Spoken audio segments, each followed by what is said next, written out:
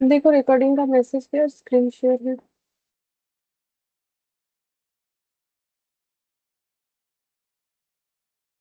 हाँ मैम। ठीक है। लास्ट क्लास में हम लोगों ने इलास्ट्रेशन 7 तक किया है। ठीक है।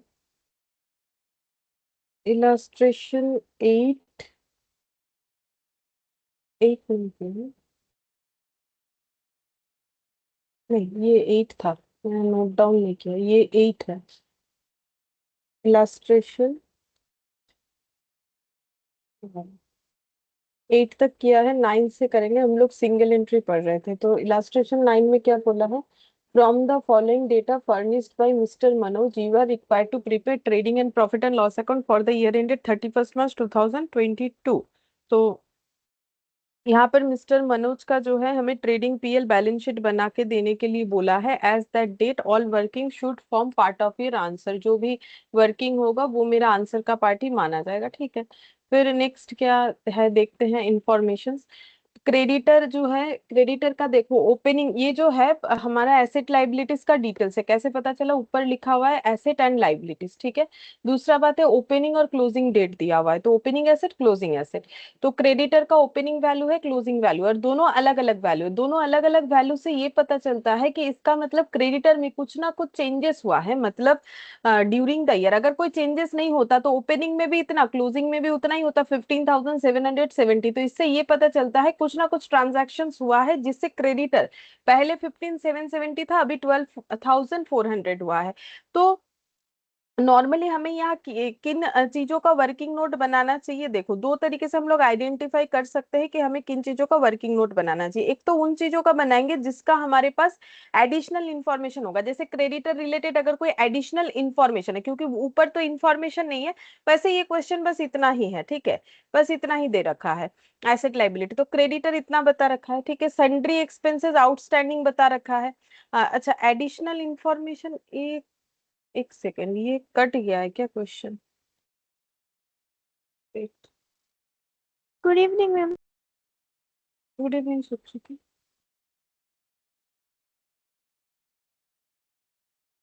रुको।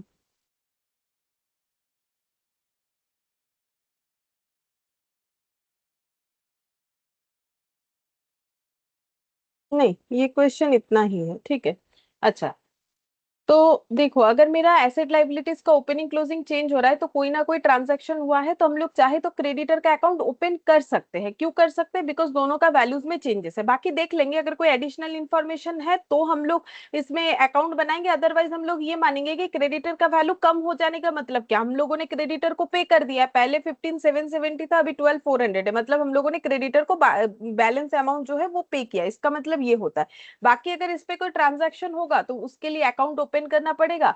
और अगर और कोई ट्रांजैक्शन या एडिशनल इंफॉर्मेशन क्रेडिटर पे नहीं है तो हम लोग ये मानेंगे कि ये अमाउंट कम होने का रीजन हो गया कि क्रेडिटर को पेमेंट कर दिया। तब पेमेंट कितना होगा, ये दोनों का डिफरेंस, तो हमें जरूरी नहीं है कि इसका अकाउंट हम लोग बनाएं।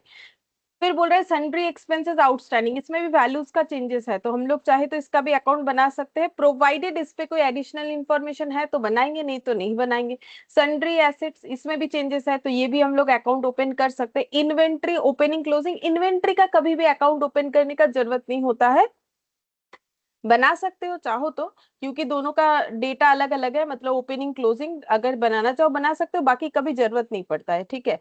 फिर बोल रहा है cash in hand, cash at bank, तो इसका भी बनाने का नॉर्मली जरूरत नहीं पड़ता है, बाकी देखना पड़ेगा क्या ट्रांजैक्शन है, ठीक है।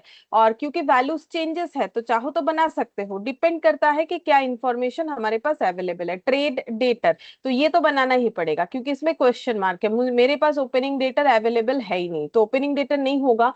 तो फिर ओपनिंग डेटर क्वेश्चन मार्क है, इसका मतलब अगर मुझे ओपनिंग डेटर कहाँ जरूरत पड़ता है, अगर हम स्टेटमेंट ऑफ अफेयर यानी ओपनिंग बैलेंस शीट बनाते हैं। अब ओपनिंग बैलेंस शीट बनाएंगे कि नहीं बनाएंगे वो डिपेंड करता है कि हमारे पास कैपिटल फंड अवेलेबल है कि नहीं। अगर कैपिटल अवेलेबल नहीं है तो फिर हमें ओपनिंग बैलेंस शीट बनाना पड़ेगा, जहां पर डेटर का ओपनिंग बैलेंस लिखना पड़ेगा। तो क्वेश्चन मार्क दिया हुआ है तो इसका मतलब मुझे लगता है कि ये हमें ढूंढना पड़ेगा।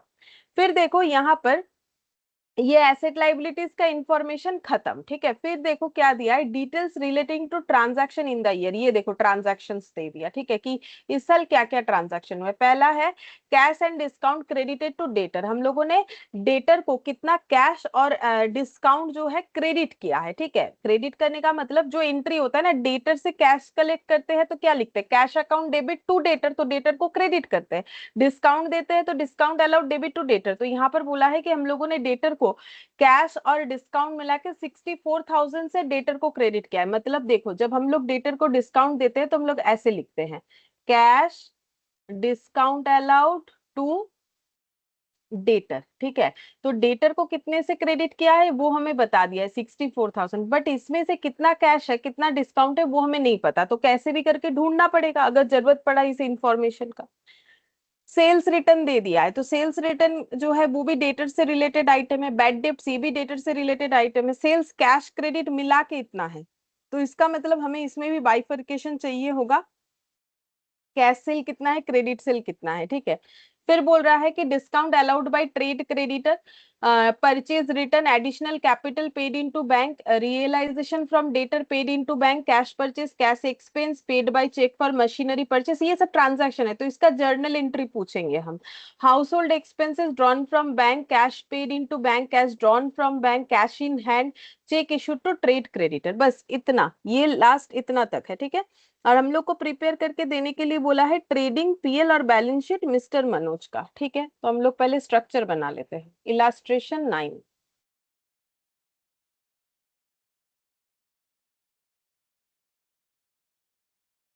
In the books of mister Manoj,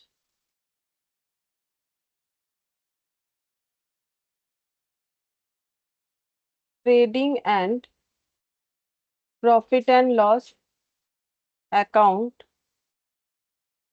for the year ended 31st of March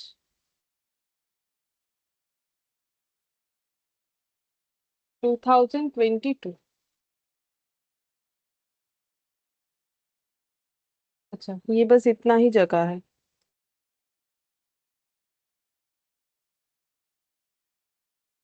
इतने में तो मुझे लगता है ट्रेडिंग ही बन पाएगा, बाकी पीएल बैलेंस शीट पीछे बनाते हैं।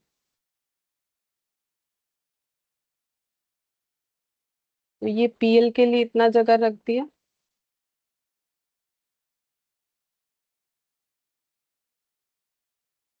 Balance sheet as on 31st of March 2022।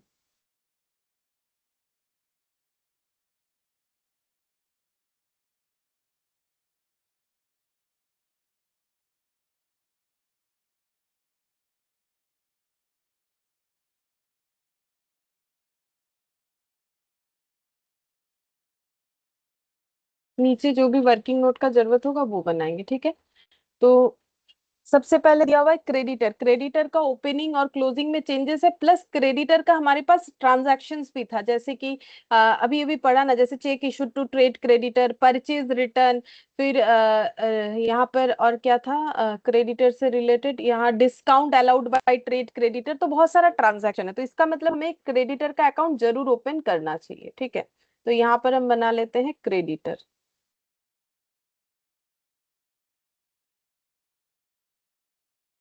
By balance BD और टू बैलेंस सीडी। 15,770 और 12,400। ठीक है, अब ये तो मैंने जो है वर्किंग नोट में लिखा, बाकी हर एक मतलब डेटा हमारा दो जगह पे जाएगा। तो क्रेडिटर का जो ये डेटा है ये कहाँ कहाँ जाएगा, एक तो जो है हम लोगों ने वर्किंग नोट में दे दिया, तो इससे जो भी मतलब एटलस निकल के आएगा वो कहीं ना कहीं तो जाएगा। इसके अलावा हम लोग का क्रेडिटर जो है लाइबिलिटी साइड में जाएगा, लेकिन वो कौन सा क्रेडिटर जाएगा, जो क्लोजिंग क्रेडिटर है। ठीक है, तो यहाँ पर आ जाएगा क्रेडिटर 12,400, और ये जो क्रेडिटर है ये 15,770 ये हम लोग का जाना चाहिए स्टेटमेंट ऑफ अफेयर्स में, ठीक है। तो वो वर्किंग नोट 2 बना लेते, क्योंकि कहीं पर भी मुझे कैपिटल तो दिखा नहीं, तो इसका मतलब मुझे कैपिटल फाइंड आउट करना पड़ेगा। तो उसके लिए मुझे बैलेंस शीट बनाना पड़ेगा, ओपनिंग बैलेंस शीट, जिसको हम लोग स्टेटमेंट ऑफ अफेयर्स भी यहाँ बोलते हैं हर बैलेंस शीट को, क्योंकि यहाँ हमारा एस्टिमेटेड वैल्यूज होता है इस वजह से, ठीक है। तो यहाँ पर लिख देते हैं क्रेडिटर। तो क्रेडिटर हो गया मेरा 15,770, ठीक है। तो इन्फॉर्मेशन दो जगह पे गया, एक तो वर्किंग नोट पे गया, ठीक है, और एक हमारे बैलेंस शीट पे। मतलब देखो हम ये कहना चाह रहे 15,770 दो बार यूज हुआ, एक बार जो है बैलेंस शीट में गया, एक क्रेडिटर अकाउंट में गया। 12,400 बैलेंस शीट में गया, क्रेडिटर अकाउंट में गया। इस तरीके से हर हर एक डेटा दो जगह पे जाना चाहिए। फिर सन्ड्री एक्सपेंसेस आउटस्टैंडिंग, क्योंकि वैल्यूज है तो हम लोग तो हम बना के दिखा देते हैं, देखो कैसे होगा। Working note number 3, outstanding sundry expense by balance BD to balance CD. अब आउटस्टैंडिंग सन्ड्री एक्सपेंसेस लाइबिलिटी होता है, लाइबिलिटी कहाँ जाएगा, बैलेंस शीट में जाएगा। 600 और 330, तो ओपनिंग 600 है और क्लोजिंग जो है वो 330 है। तो ओपनिंग ओपनिंग बैलेंस शीट में जाएगा, आउटस्टैंडिंग एक्सपेंस बोल के लिख देते हैं 600, और जो क्लोजिंग है वो क्लोजिंग बैलेंस शीट में जाएगा, आउटस्टैंडिंग सन्ड्री एक्सपेंसेस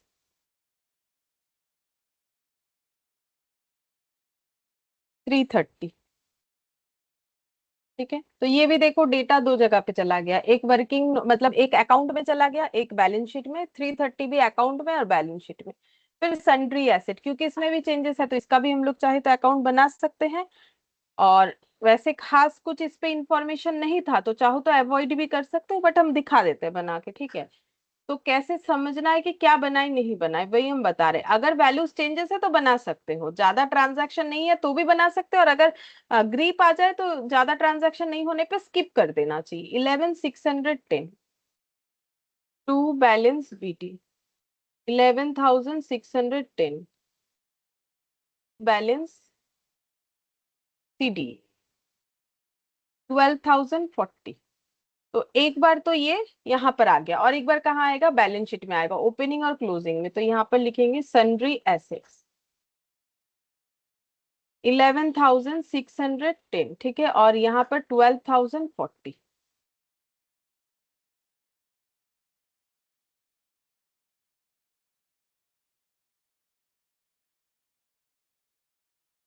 ये तो मुझे वैल्यू दे ही दिया है, तो हम आउटर कॉलम में ही लिखेंगे डायरेक्ट।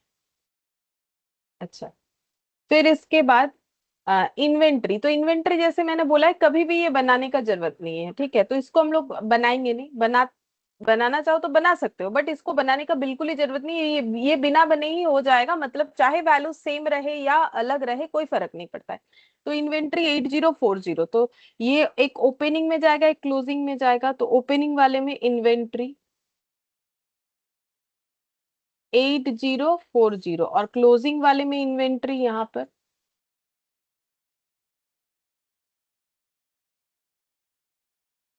इन्वेंट्री 11,120, ठीक है। लेकिन देखो मेरा हर एक डेटा दो जगह पे जाना चाहिए। जैसे एसेट मेरा कहाँ गया, एक वर्किंग नोट में गया, एक बैलेंस शीट में गया, दोनों ही। वैसे इन्वेंट्री अभी मेरा सिर्फ और सिर्फ बैलेंस शीट में गया, और कहाँ पर जाएगा, ये मेरे ट्रेडिंग में जाएगा, ओपनिंग स्टॉक और क्लोजिंग स्टॉक बोल के। तो ट्रेडिंग में लिखेंगे टू ओपनिंग स्टॉक और by closing stock.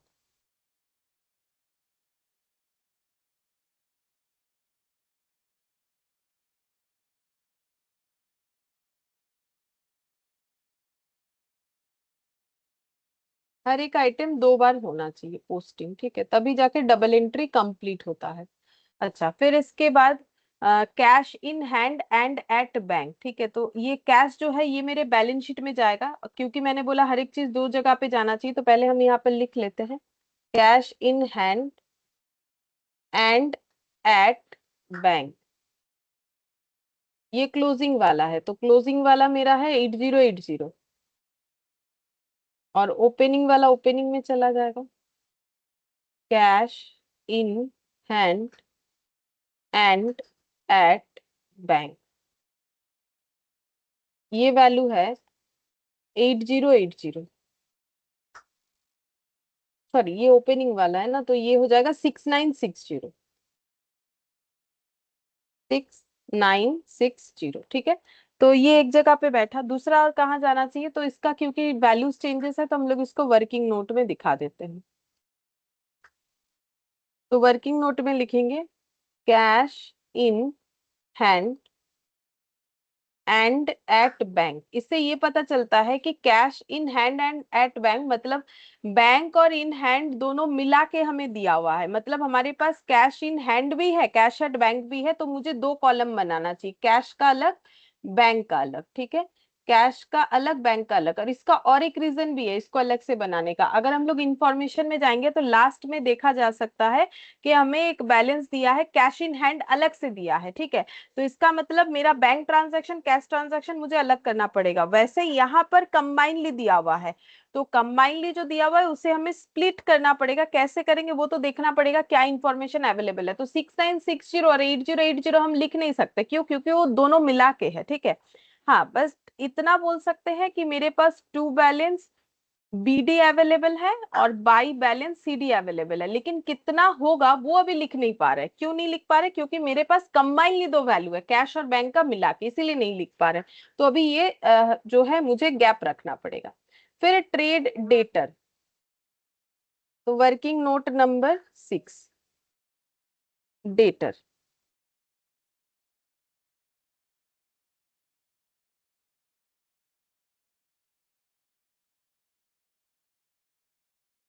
To balance BD by balance CD. To balance BD नहीं पता, बाई बैलेंस सीडी 17870, ये हमें फाइंड आउट करना पड़ेगा। अच्छा, हो गया। जो अकाउंट बनाना था बना लिया, जो जहां पुट करना था कर लिया। अच्छा हाँ, डेटर को भी तो दो जगह पुट करना पड़ेगा। जैसे हम लोगों ने कैश को दो जगह नहीं कर पाए बिकॉज ये कंबाइनली था, तो डेटर का मेरा ओपनिंग बैलेंस तो मुझे नहीं पता, ढूंढना पड़ेगा। क्लोजिंग वाला हम लिख सकते हैं, तो यहाँ पर हम डेटर लिख देते, बट मुझे नहीं पता कितना होगा, ये मुझे फाइंड आउट करने से ही पता चलेगा। यहाँ पर हम जरूर लिख सकते हैं डेटर। तो ये जो डेटर है इसका वैल्यू है मेरा 17870। अच्छा, अब जो ट्रांजैक्शन है, सबसे पहले बोला है cash and discount credited to debtor, तो मैंने अभी इसका एंट्री करके दिखाया। मैंने बोला cash account debit, discount allowed debit to debtor, तो डेटर अकाउंट में क्या लिखेंगे? बाई कैश और बाई डिस्काउंट अलाउड, ऐसे लिखना चाहिए। तो यहाँ पर डेटर अकाउंट में हम लोग क्या लिखेंगे? बाई कैश और बाई डिस्काउंट अलाउड। बट इसमें भी एक प्रॉब्लम है। क्या प्रॉब्लम है? ये 64,000 में कितना कैश है कितना डिस्काउंट वो हमें नहीं पता, तो ये भी हम लोग लिख नहीं पा रहे अभी फिलहाल के लिए, ठीक है। ये अकाउंट थोड़ा बढ़ा देते हैं। अच्छा सॉरी, मैंने एसेट में लिख दिया। By cash by discount allowed, लेकिन मुझे नहीं पता कि मुझे कितना लिखना पड़ेगा, क्योंकि मेरे पास अभी तक ऐसा कोई इंफॉर्मेशन नहीं है जिससे हम ये निकाल ले कि कैश और डिस्काउंट अलाउड कितना होने वाला है। कंबाइनली 64,000 है, बट इंडिविजुअली नहीं पता। सेल्स रिटर्न, सेल्स रिटर्न का क्या एंट्री होता है? सेल्स रिटर्न टू डेटर, तो डेटर अकाउंट में क्या हो जाएगा? बाई सेल्स रिटर्न 1450, तो बाई सेल्स रिटर्न 1450, ठीक है। अच्छा, फिर बैड डेट। अच्छा, हर हर ट्रांजैक्शन दो जगह पे जाएगा, तो जैसे ये कैश और डिस्काउंट का भी ट्रांजैक्शन मेरा दो जगह पे जाना चाहिए। एक तो मेरा ये डेटर अकाउंट में आएगा, दूसरा मेरा कैश अकाउंट में आएगा, और मेरा वो ट्रेडिंग पीएल में चला जाएगा, ठीक है। डिस्काउंट अलाउड जो है दो जगह पे जाना चाहिए, बट अभी तो आइडेंटिफाई नहीं कर पाए तो कैसे दो जगह पे देंगे। बट ये जो अभी सेल्स रिटर्न लिखा, ये यहाँ पर तो आएगा, साथ ही साथ मेरे ट्रेडिंग में आएगा। ट्रेडिंग में सेल्स से मुझे लेस करके दिखाना पड़ेगा, तो ट्रेडिंग में सेल्स नहीं पता मेरा भी कितना है, बट सेल्स रिटर्न हर एक एंट्री दो जगह पोस्ट होगा, क्योंकि something debit to something credit हो रहा है। तो सेल्स रिटर्न 1450 ये यहाँ पर हमें दिखाना पड़ेगा, ठीक है। अच्छा, इसके बाद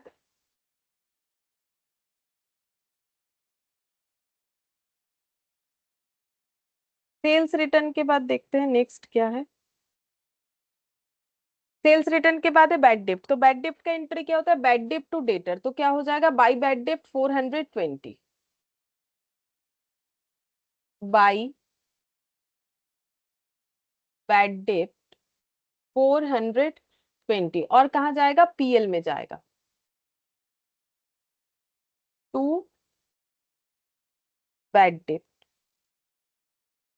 420, दो जगह पे चला गया। सेल्स कैश क्रेडिट मिला के 71810, तो ये सेल्स मेरा कहाँ पर जाएगा, ये सेल्स हम यहाँ पर लिख सकते हैं, 71810 कैश और क्रेडिट दोनों मिला के है, कैश प्लस क्रेडिट, तो हमें तो यहाँ दोनों लिखना अलाउड होता है, हम लोग फाइनल अकाउंट्स करके आ रहे हैं, ठीक है, 71810। लेकिन मुझे अगर पता चल जाता कि इसमें कितना कैश है क्रेडिट है, तो क्रेडिट वाला हम डेटर अकाउंट में लिखते हैं और कैश वाला अमाउंट हम जो है कैश अकाउंट में लिखते हैं, मतलब जो मेरा कैश बुक जैसा बना हुआ है ना फॉर्मेट, ये वाला यहाँ पर चला जाता, ठीक है।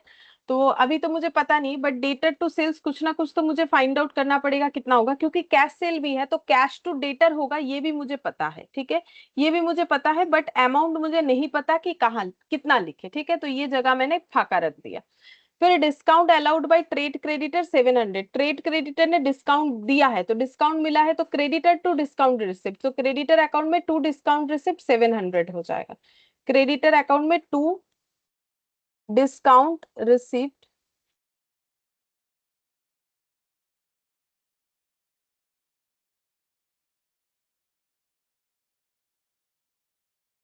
और डिस्काउंट रिसिप्ट पीएल अकाउंट में चला जाएगा, बाई डिस्काउंट रिसिप्ट, दो दो जगह पे जाना चाहिए, तो वही दो जगह पे चला गया, एक पीएल में चला गया, एक हमारे जो वर्किंग नोट है वहां चला गया, डिस्काउंट रिसिप्ट, ठीक है। फिर परचेज रिटर्न, तो परचेज रिटर्न क्रेडिटर से रिलेटेड है, तो परचेज रिटर्न करेंगे तो क्रेडिटर टू परचेज रिटर्न होगा, तो क्रेडिटर अकाउंट में लिखेंगे टू परचेज रिटर्न,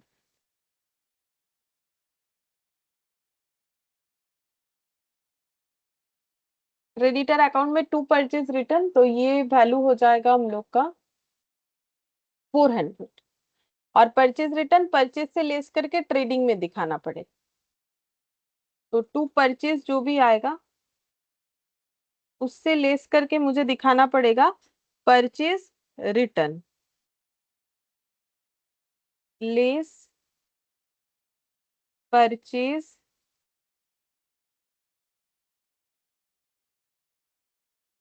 रिटर्न 400, ठीक है।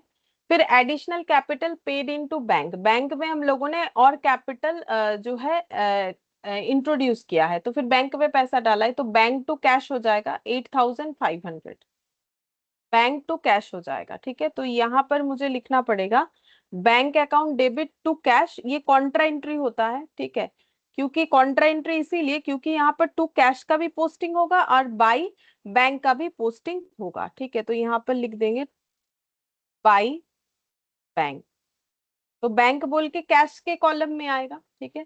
तो एडिशनल कैपिटल 8500, तो 8500 लिख लेते हैं,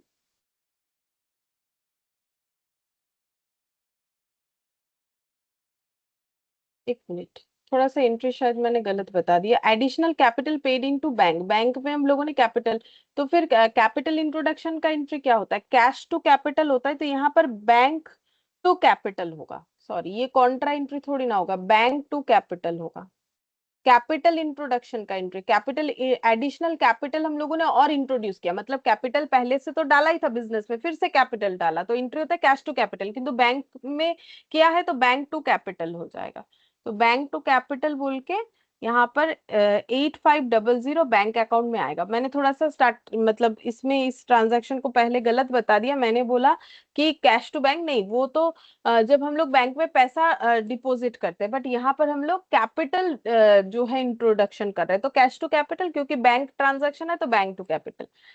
अच्छा, अब ये वाला हमारे बैलेंस शीट में इंपैक्ट जाना चाहिए कि 8500 हम लोगों ने एडिशनल कैपिटल लगाया है, ठीक है, ड्यूरिंग द ईयर, तो यहाँ पर जो भी कैपिटल मुझे ओपनिंग वाला मिलेगा, ठीक है, फिर उसमें ऐड कर देंगे एडिशनल कैपिटल, क्योंकि हर एक चीज देखो दो जगह पे पोस्ट होना चाहिए, तो वही हम बोल रहे हैं एडिशनल कैपिटल, अच्छा, फिर इसके बाद realisation from debtor paid into bank, तो डेटर से जो मिला वो हम लोगों ने बैंक में पे कर दिया, जो कि है 62,500। तो एंट्री क्या हो जाएगा, देखो डेटर से मिलने से नॉर्मली एंट्री होता है कैश टू डेटर। अब अगर हम लोगों ने बैंक में realisation from debtor paid into bank, bank में अगर डिपॉजिट कर दिया है उसे, तो फिर क्या एंट्री होना चाहिए, बोलो, इतना सारा तो हम बोलते हुए आ रहे हैं। अगर हम लोगों ने बैंक में डिपॉजिट कर दिया है जो डेटर से पैसा मिला, तो फिर क्या एंट्री होना चाहिए, sorry, realisation bank from debtor paid into bank, मतलब बैंक में ही उन्होंने डाल दिया, तो बोलो क्या एंट्री होगा, डेटर ने बैंक में ही पैसा डाल दिया, इसका मतलब। हम bank to debtors. Bank to debtors होगा, तो डेटर में मुझे क्या लिखना पड़ेगा, यहाँ पर डेटर अकाउंट में आ जाते हैं, बैंक टू डेटर मतलब बाई बैंक, बाई बैंक का जगह करना पड़ेगा मुझे, बाई बैंक लिखना पड़ेगा, 62,500।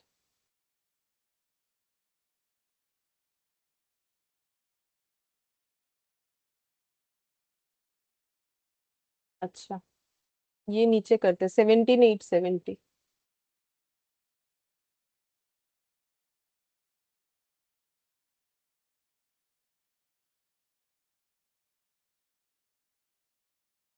अच्छा, बाई बैंक 62,500, ठीक है, तो बैंक में क्या हो जाएगा, टू डेटर, ये देखो टू डेटर का मैंने ऑलरेडी जगह रख रखा है, ठीक है, ये देखो ये मैंने टू डेटर का ऑलरेडी जगह रख रखा है, तो यहीं पर लिखेंगे, तो ये बैंक में लिखना पड़ेगा 62,500। याद आ रहा है मैंने टू डेटर का जगह क्यों खाली रखा था, कौन से वाले ट्रांजैक्शन को पढ़ के मैंने डेटर का जगह खाली रखा था, ये देखो ये वाला ट्रांजैक्शन, कि यहाँ पर था ना, cash and discount credited to debtor.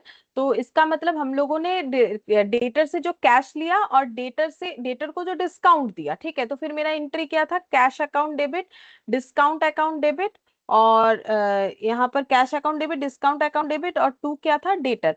अब देखो यहाँ पर बोला है कि डेटर से जो मिला है वो बैंक में जो है, बैंक के थ्रू से मिला है, मतलब सीधा बात है कि उन्होंने बैंक में पैसा दे दिया, तो देखो जो मुझे पैसा मिला वो बैंक में चला गया, तो इसीलिए यहाँ पर कैश भले ही लिखा है, बट ये और ये दो बात तो रिलेटेड है ना, इसी से तो हमें निकालना पड़ेगा, दिखाते हैं। ये देखो रियलाइजेशन फ्रॉम डेटर, जो रियलाइज हुआ डेटर से वो बैंक में दे दिया, तो डेटर से पैसा मिला, डेटर को डिस्काउंट दिया, फिर जो पैसा मिला उसको हम लोगों ने बैंक में डिपॉजिट कर दिया, ठीक है।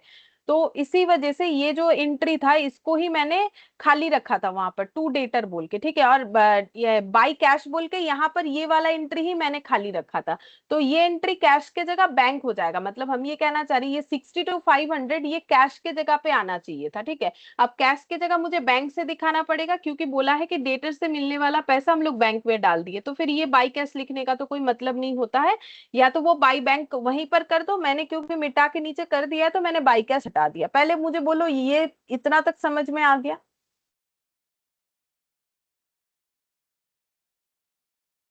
हाँ मैम।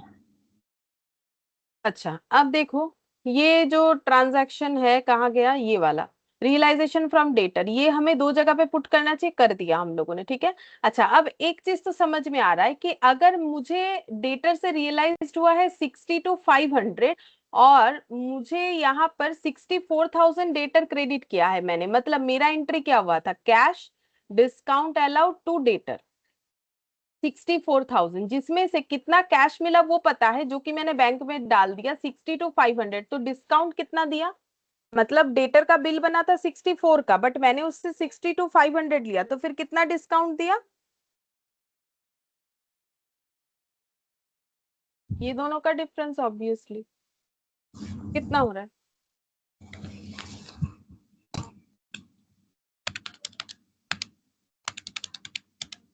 मैम 1,500। तो 1,500 डिस्काउंट हो रहा है, अब ये डिस्काउंट कहाँ पर लिखेंगे, यहाँ पर लिखेंगे 1,500, ये देखो मैंने हाईलाइट कर दिया इसको अलग कलर से ताकि समझ में आए, ये 62,500 को भी हाईलाइट कर देते हैं, ठीक है, अलग कलर से, ताकि ये ट्रांजेक्शन थोड़ा अलग किस्म का था वो समझ में आ जाए, ठीक है।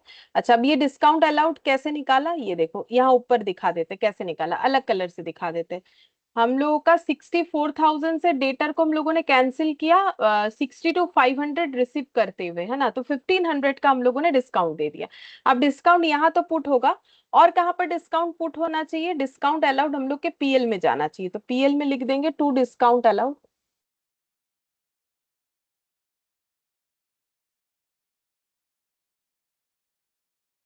$1500, ठीक है। अब 1500 कैसे आया वो हम लोगों ने सीख लिया। अच्छा, फिर नेक्स्ट यहाँ पर सेल्स रिटर्न, तो सेल्स रिटर्न जो है 1450, ये शायद क्या लिख लिया है हम लोगों ने, 1450 sales return. Sales return debtor से रिलेटेड होता है, debtor sales return to debtor, हाँ ये लिख लिया है 1450, और शायद मैंने यहाँ सेल से भी लेस करके लिख लिया था, हाँ 1450, ठीक है। फिर बोला है कि बैड डेप्ट, ओ अच्छा सॉरी, हम आगे क्यों चले गए, ये सब तो पढ़ते हुए आ रहे हैं, हम लोग कहाँ कर रहे थे, ये वाला रियलाइजेशन, ये हो गया, ठीक है। कैश परचेज, तो कैश परचेज का एंट्री क्या होता है, हम लोगों ने जो परचेज किया कैश कैश में किया, तो कैश परचेज का entry purchase to, purchase to cash. तो परचेज टू कैश, तो कैश में लिखना पड़ेगा, ठीक है। परचेज टू कैश, तो कैश में लिखेंगे by purchase, purchase to cash by purchase, तो 1030, ठीक है। अच्छा, अब ये परचेज और कहाँ लिखना चाहिए, हम लोग यहाँ पर लिख सकते हैं, ये परचेज कैश परचेज है हम लोग का 1030। क्रेडिट परचेज कुछ होगा कि नहीं अभी हमें नहीं पता, अगर हुआ तो ठीक है, नहीं जैसे ये कैश प्लस क्रेडिट हमें बता ही दिया था। अच्छा, फिर बोल रहे हैं कैश एक्सपेंसेस, कैश एक्सपेंसेस का एंट्री क्या होगा, expenses account debit to cash, कि हम लोगों ने जो एक्सपेंस किया उसका पेमेंट कैश में किया, तो expenses account debit to cash, तो बाई एक्सपेंसेस बोल के कैश कॉलम में आ जाना चाहिए 9570, देख लेते हैं एक बार 9570, हाँ, और ये कहाँ पर आएगा, पीएल में आ जाएगा, टू कैश एक्सपेंसेस 9570। अच्छा, फिर उसके बाद है paid by cheque for machinery purchase, machine purchase के लिए हम लोगों ने चेक में पे किया, तो मशीन परचेज का एंट्री हो जाता है मशीन अकाउंट डेबिट, अब चेक से पे किया तो टू बैंक, तो बैंक अकाउंट में चला जाएगा बाई मशीन, बैंक अकाउंट में चला जाएगा बाई मशीन, ये रहा बैंक अकाउंट, यहाँ पर आ जाएगा बाई मशीन,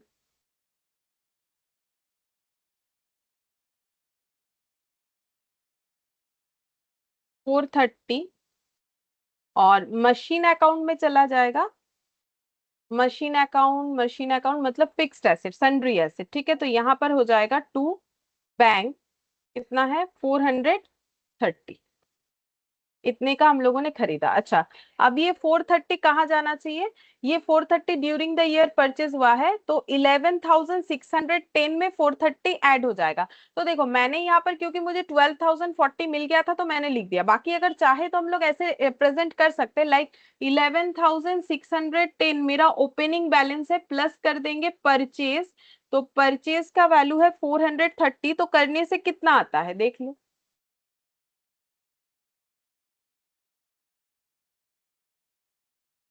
यही आता है, ठीक है, ये यही वाला वैल्यू आता है, तो इसका मतलब ये वैल्यू हम लोग का दो जगह पे पुट हो गया, एक तो यहाँ पर पुट हो गया, एक अब ये अकाउंट भी क्लोज हो जाएगा, क्योंकि अभी अभी हम लोगों ने देखा कि दोनों का टोटल जो है वो सेम है, मतलब डिप्रिशिएशन वगैरह कुछ है नहीं, ठीक है, नहीं है तो नहीं है, ठीक है, ये अकाउंट हम लोग का क्लोज हो गया। अच्छा, फिर इसके बाद बोला है house hold expenses drawn from bank, bank से हाउस होल्ड एक्सपेंसेस के लिए पैसा निकाला है, तो बोलो एंट्री क्या होगा,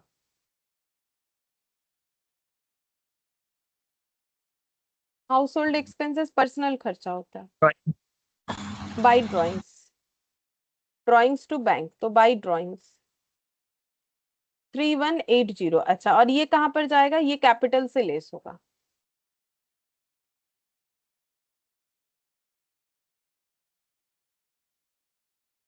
दो जगह पे पुट हो गया, ठीक है।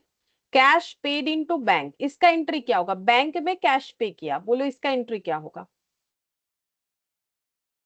कैश चला गया तो टू कैश, और bank debit, bank to cash होगा, और ये कॉन्ट्रा एंट्री होगा, है ना, बैंक टू कैश, तो यहाँ पर लिखेंगे टू कैश, और बाई बैंक, क्योंकि कॉन्ट्रा एंट्री हो रहा है, बाई बैंक बोल के कहाँ लिखना पड़ेगा, कैश अकाउंट में 5,000, और टू कैश बोल के लिखना पड़ेगा बैंक कॉलम में 5000। अच्छा, कैश ड्रॉन फ्रॉम बैंक क्या हो जाएगा? ये एंट्री मेरा दो जगह पे पुट हो गया, वही एक ही अकाउंट में दो जगह पे पुट हो गया, इसलिए और कहीं नहीं जाएगा। कैश ड्रॉन फ्रॉम बैंक बोलो। Cash to bank. Cash to bank, तो यहाँ पर टू बैंक और बाई कैश, ये भी कॉन्ट्रा बाई कैश। ये बैलेंस सीडी जो है नीचे थोड़ा कर लेंगे, यहाँ बाई कैश कर देते।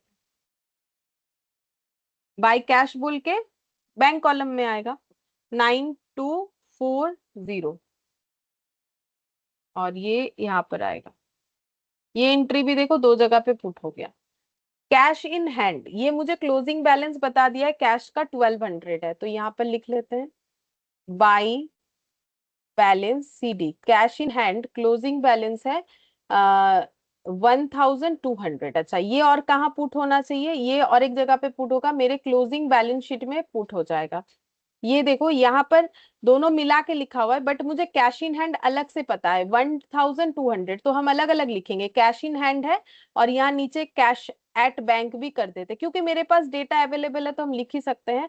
तो टोटल 8080 है, जिसमें से देखो 1200 कैश इन हैंड है। कैश इन हैंड कितना है? 1200। तो कैश एट बैंक कितना होगा?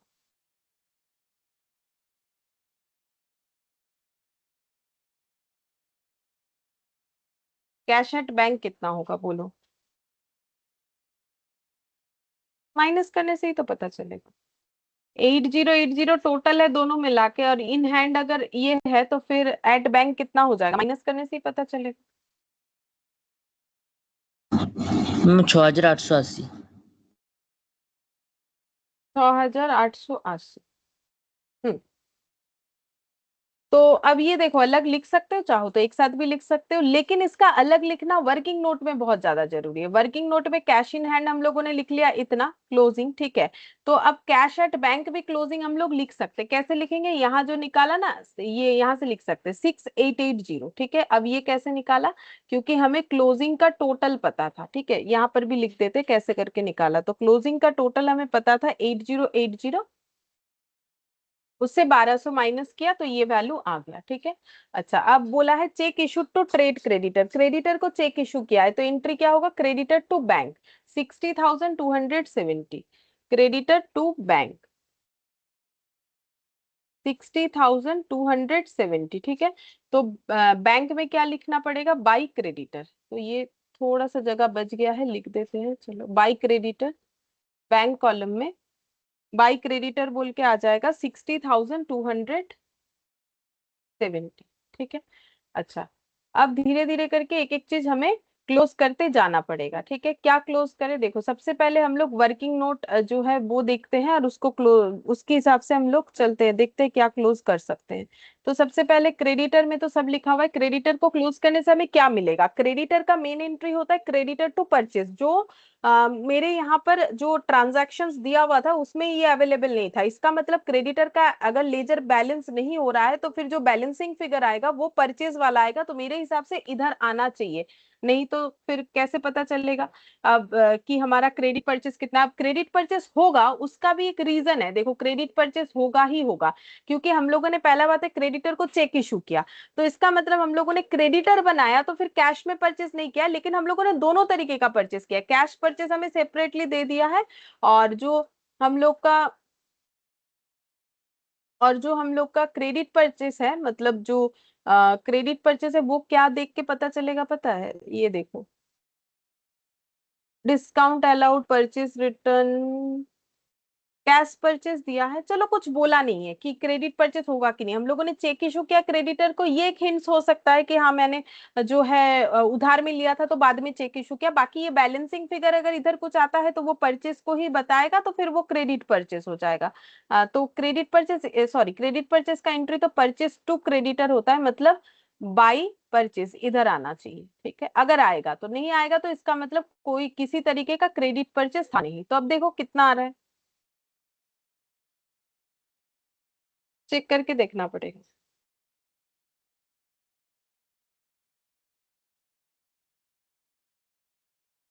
700, 400, 6270, 12,400, 73,770,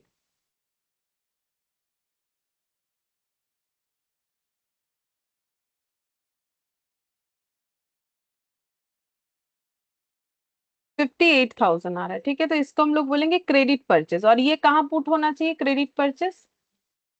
ट्रेडिंग अकाउंट में।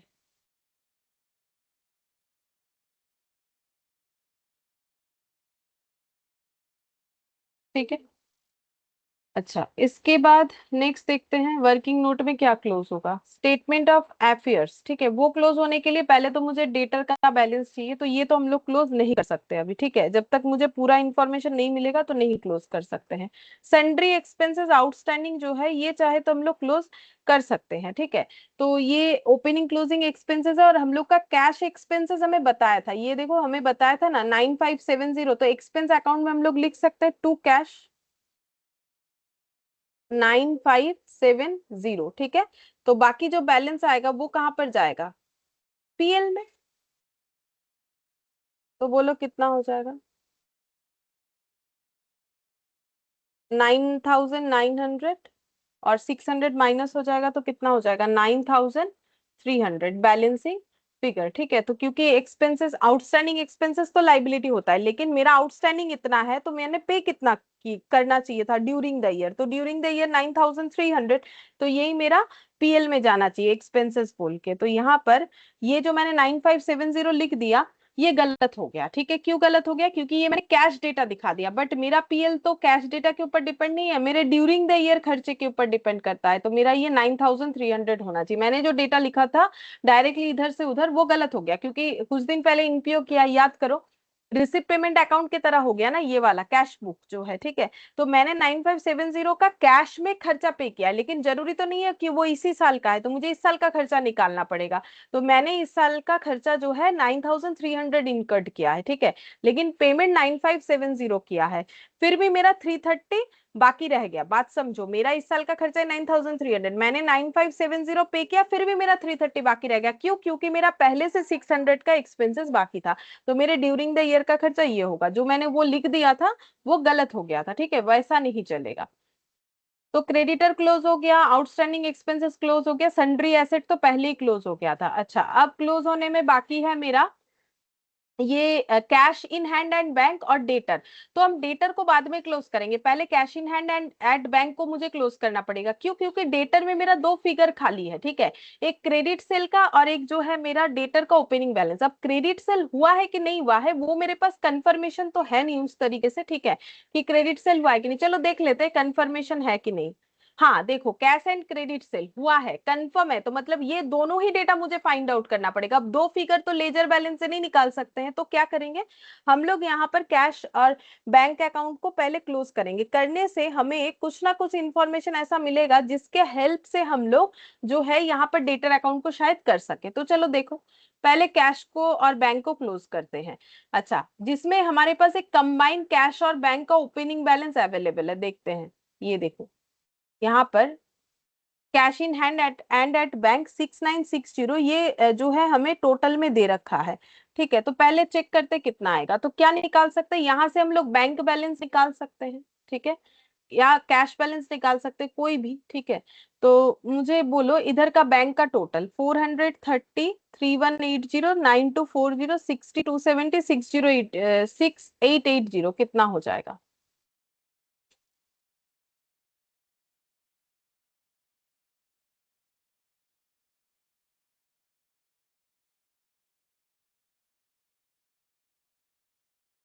80,000।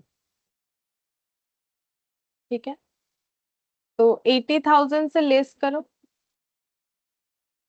62,500, 8500 और 5,000। तो यहाँ पर बैलेंस कितना आ गया?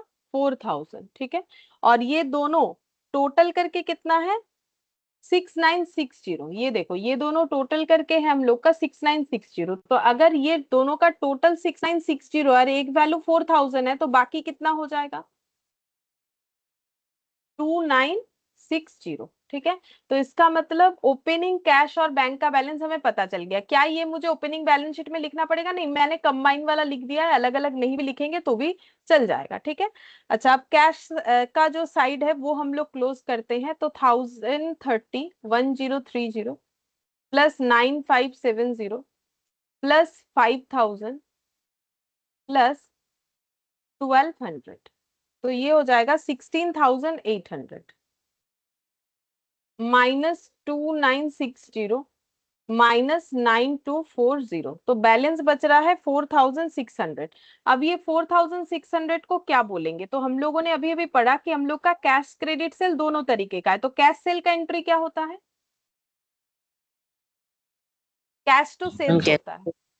ठीक है, तो वो तो गायब था तो वो मिल गया। ये देखो cash to sales balancing figure करके आ गया, मतलब मुझे कैश सेल पता चल गया जो है 4600। ये कहाँ लिखेंगे? ट्रेडिंग में लिखेंगे। ये देखो कैश सेल 4600। ठीक है, इस कैश के नीचे लिख रहे हैं बस समझाने के लिए। तो फिर क्रेडिट कितना रहा होगा? अगर टोटल 71810 है, ये क्वेश्चन में दिया हुआ था, देख के मैंने लिखा, कहाँ दिया हुआ है ये देखो, सॉरी ये देखो 71810, तो मुझे कैश पता चल गया 4600, तो क्रेडिट कितना होगा? बोलो, दोनों का डिफरेंस कितना हो जाएगा? मैम 67 2010 हम्म 110 सि- हाँ 67 210। ठीक है, तो इसको हम लोग कहाँ लिखेंगे? इसको हम लोग यहाँ पर, ये जो क्वेश्चन मार्क था यहाँ पर लिखेंगे 67 210। अब हम लोग डेटर को क्लोज कर सकते हैं, तो मुझे ओपनिंग डेटर पता चल जाएगा। तो चलो डेटर को क्लोज करते हैं। 1500 1450 420 62 500 17 870 83 740 माइनस 67 210 16 530। ये वाला भी पता चल गया कितना, ये क्वेश्चन मार्क 16 530, तो 83 740। ठीक है, अब ये जो ओपनिंग वाला डेटर है वो कहाँ? देखो, जो क्रेडिट सेल है वो मैंने लिख लिया, कहाँ लिखा? ट्रेडिंग में। ठीक है, अब ये जो 16530 है ये कहाँ जाएगा? यहाँ पर जाएगा 16530, ताकि मेरा स्टेटमेंट ऑफ अफेयर्स क्लोज हो। बाकी सारे चीज मेरे क्लोज हो चुके हैं। ठीक है, तो स्टेटमेंट ऑफ अफेयर्स को क्लोज करते हैं, करने से मुझे कैपिटल पता चलेगा। निकालो कितना। तो 16530 मेरे कैलकुलेटर में लिखा हुआ है, 11610 प्लस 8040 प्लस 6960, तो 43140 आ रहा है। 43140 माइनस 15770 माइनस 600, तो ये कैपिटल आ गया 26,770।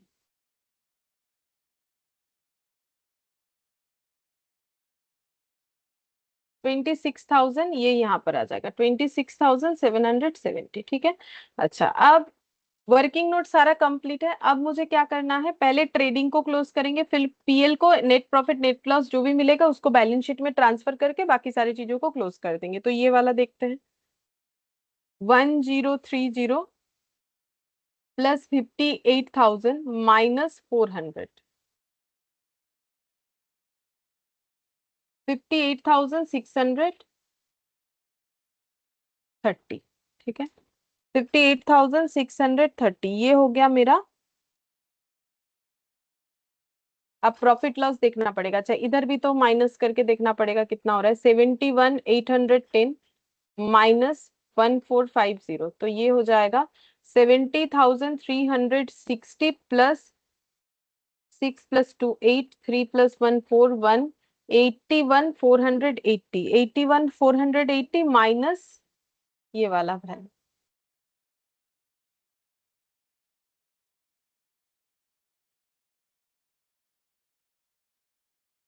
कितना हो रहा है? 81,480 माइनस 8040 8040 58,630 14,810। तो ये मेरा ग्रॉस प्रॉफिट आ गया बैलेंस करके 14810। अब ये ग्रॉस प्रॉफिट को नेट प्रॉफिट के यहाँ लिखना पड़ेगा 14810 बाई जीपी। अब ये दोनों का टोटल करेंगे 01551 15510 माइनस ये वाला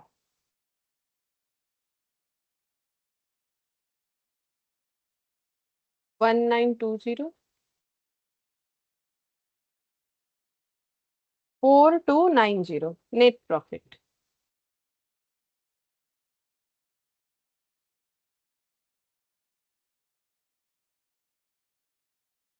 ऐड करेंगे net profit 4290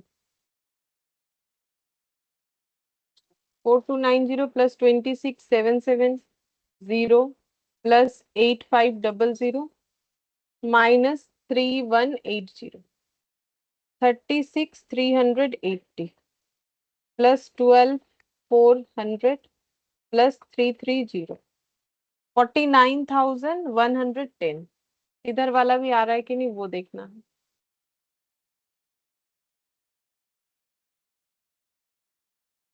minus 6080 minus 1200 minus 11120 minus 17870।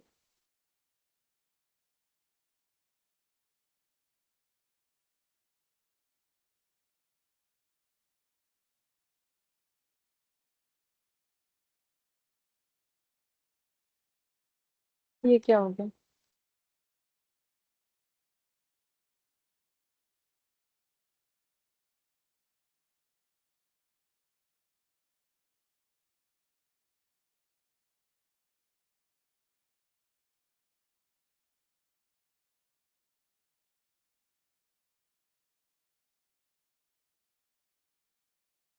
বিভিন্ন সময় আলাদা আলাদা চলে আসছে, করে দেখো তো কি ভুল হয়েছে।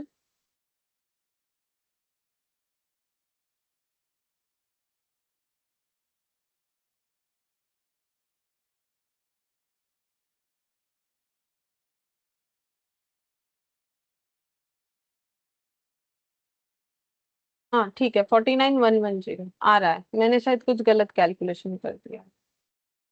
ठीक है, देखो समझ में आ गया।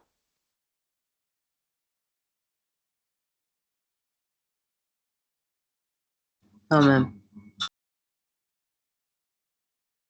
इलास्ट्रेशन 10, ठीक है, इसमें दिमाग थोड़ा लगाना पड़ेगा। ठीक है, इसमें कुछ रूल्स रेगुलेशंस नहीं है, अपना दिमाग चलाना पड़ेगा कि भाई जो बैलेंस आ रहा है वो क्या है, क्या इंफॉर्मेशन है, तब जाके इसको मतलब अपने ग्रिप में ला सकोगे।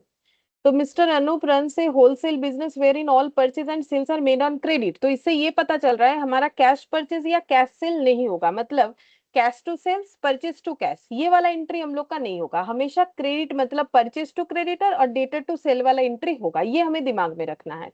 ही furnishes the following closing balance. तो सन्ड्री डेटर बैलेंस चेंज है तो अकाउंट ओपन कर सकते हैं, बिल्स रिसीवेबल भी बैलेंस चेंज है तो अकाउंट ओपन कर सकते हैं, बीपी का भी बैलेंस चेंज है अकाउंट ओपन करना चाहिए, क्रेडिटर का भी बैलेंस चेंज है अकाउंट ओपन करना चाहिए, इन्वेंट्री का जरूरत नहीं है, बैंक और कैश इसमें भी बैलेंस चेंज है।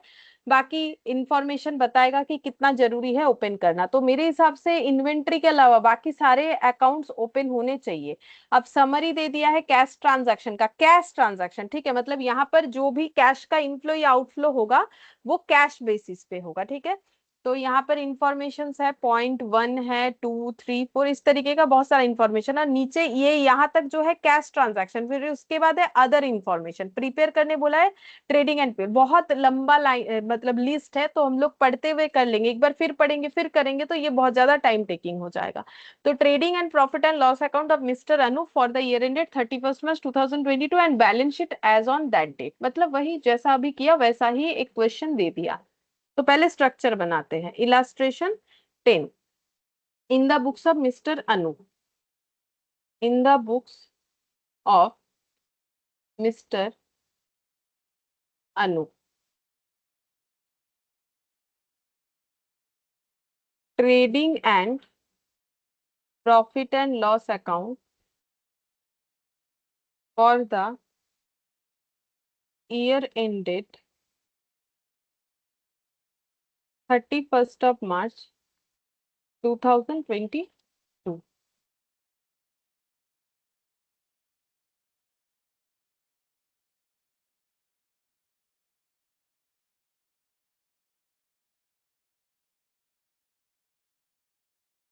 ट्रेडिंग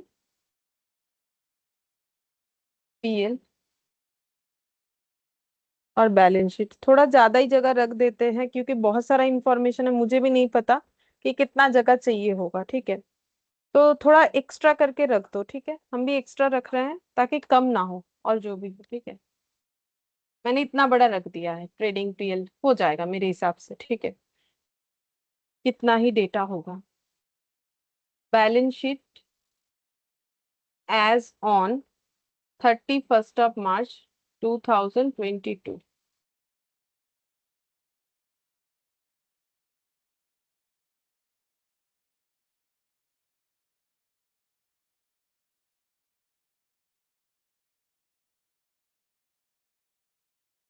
लाइबिलिटी और एसेट्स। ठीक है, अब वर्किंग नोट आ जाएगा। तो वर्किंग नोट में सबसे पहले हम लोग यहाँ पर जो भी देखा ना वो लिख लेंगे, क्योंकि अभी मैंने पूरा ट्रांजैक्शन पढ़ा नहीं है। जितना भी कम हो ज्यादा हो हम लोग ये सारे अकाउंट ओपन कर लेंगे एक्सेप्ट इन्वेंट्री। ठीक है, तो सबसे पहले लिख लेते हैं सन्ड्री डेटर। Sundry debtor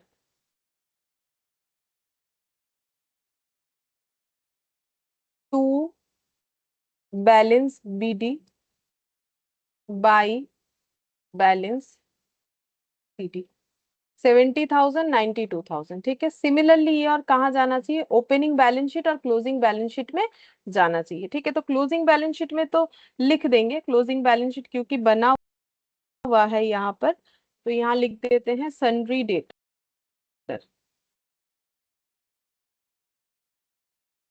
92,000। और ओपनिंग बैलेंस शीट क्या हमें बनाना पड़ेगा, कैपिटल नहीं है तो बनाना पड़ेगा, बट मैंने क्वेश्चन पढ़ा नहीं है कैपिटल है कि नहीं है। है तो अच्छा बात है, मुझे जितना लगता है नहीं होगा क्योंकि सिंगल एंट्री है तो कैपिटल वगैरह नहीं होता है। ठीक है, तो यहाँ पर स्टेटमेंट ऑफ अफेयर्स SOA मैंने लिख दिया। ठीक है, और उतना बड़ा स्टेटमेंट ऑफ अफेयर्स नहीं लिखा मैंने। यहाँ पर सबसे पहले लिख देते हैं डेटर। डेटर का बैलेंस मिल गया है मुझे 70,000। अच्छा, फिर इसके बाद है बिल्स रिसीवेबल। अब हम लोग बिल्स रिसीवेबल का वर्किंग नोट बनाएंगे, working note number 3। Bills receivable तो इसे मैंने BR लिख दिया। ठीक है, ये एसेट होता है, इसका opening balance to balance BD, closing balance by balance CD, और इसका भी बैलेंस शीट में डेटा चला जाएगा क्योंकि वैसे ये सभी एसेट लाइबिलिटीज ही है, तो बैलेंस शीट में जाएगा। और वर्किंग नोट 15,000 और 6,000, तो 15,000 और 6,000। ठीक है, तो 15,000 कहाँ लिखेंगे, यहाँ।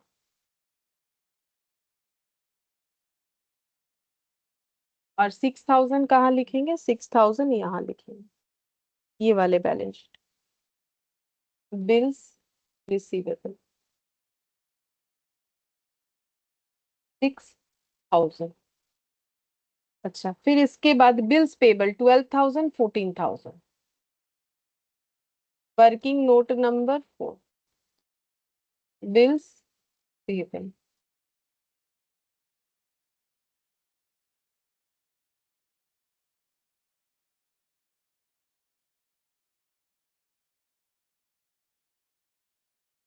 12,000 14,000।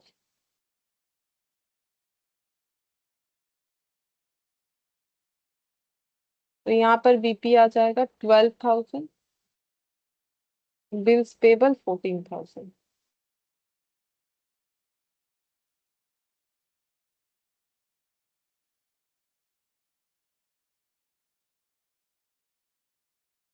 अच्छा, फिर उसके बाद है सन्ड्री क्रेडिटर 40 और 56।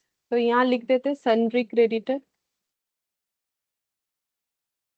40 और 56, तो यहाँ 56 आ जाएगा, यहाँ पर 40 आ जाएगा, और अकाउंट बनाएंगे working note number 5, sundry creditor यहाँ जगह होगा क्रेडिटर का,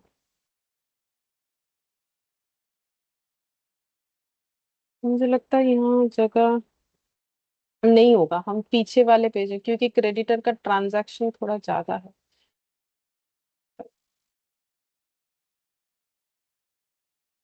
वर्किंग नोट नंबर 5।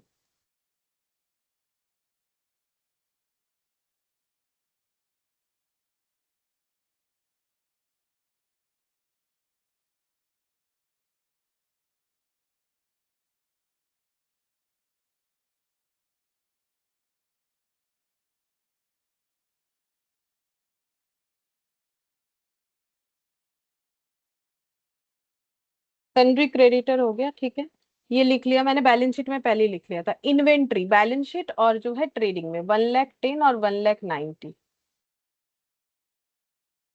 इन्वेंट्री 1,10,000 और 1,90,000।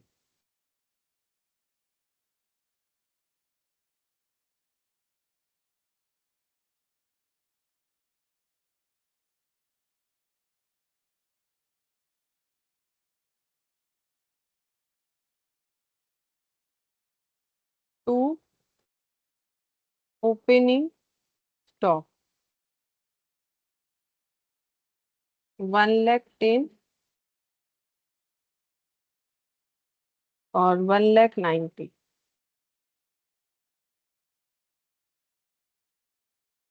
हो गया, ये भी दो बार दो जगह पे लिख दिया, 1,10,000 1,90,000। बैंक कैश तो बैलेंस शीट में जाएगा, बैंक और कैश। कैश पहले बैंक लिखना चाहिए फिर कैश। बैंक कैश ये वाला 87 और 5,300। 87 और 5,300 और यहाँ पर भी आ जाएगा बैंक और कैश 90 और 5,200। अच्छा, फिर यहाँ पर एक वर्किंग नोट बना लेते हैं, वर्किंग नोट नंबर 6। कैश और बैंक के लिए एक अकाउंट हम लोग बना लेते हैं, क्योंकि नीचे बहुत सारा ट्रांजैक्शन है, देखना पड़ेगा ना। तो क्या बनाएंगे, ये भी मुझे लगता है थोड़ा ज्यादा जगह चाहिए होगा, तो हम नीचे बना लेते हैं working note number 6। Cash book बना लेते हैं, ठीक है, जहां पर कैश कॉलम और बैंक कॉलम दोनों होगा, दोनों ट्रांजैक्शन हम लोग आराम से लिख पाएंगे, कैश और बैंक। कैश और बैंक।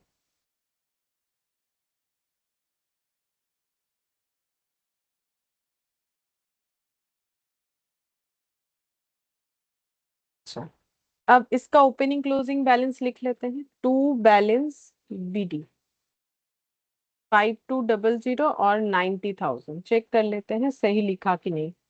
हाँ, और 5,300 और 87,000।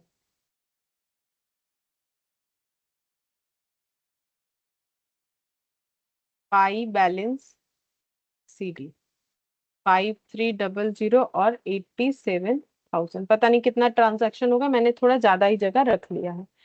तो ये हो गया मेरा क्लोजिंग वाला। अच्छा, फिर बोल रहा है अब यहाँ पर ट्रांजैक्शन है, तो ट्रांजैक्शन कैश ट्रांजैक्शन है, तो बोला है deposit to bank after payment of shop expenses 600 per month, salary 9,200 and personal expenses 1,400 per month, 7,60,000 to 750। मतलब बोल रहा है कि हम लोगों ने बैंक में कितना डिपॉजिट किया, 7,60,000 to 750।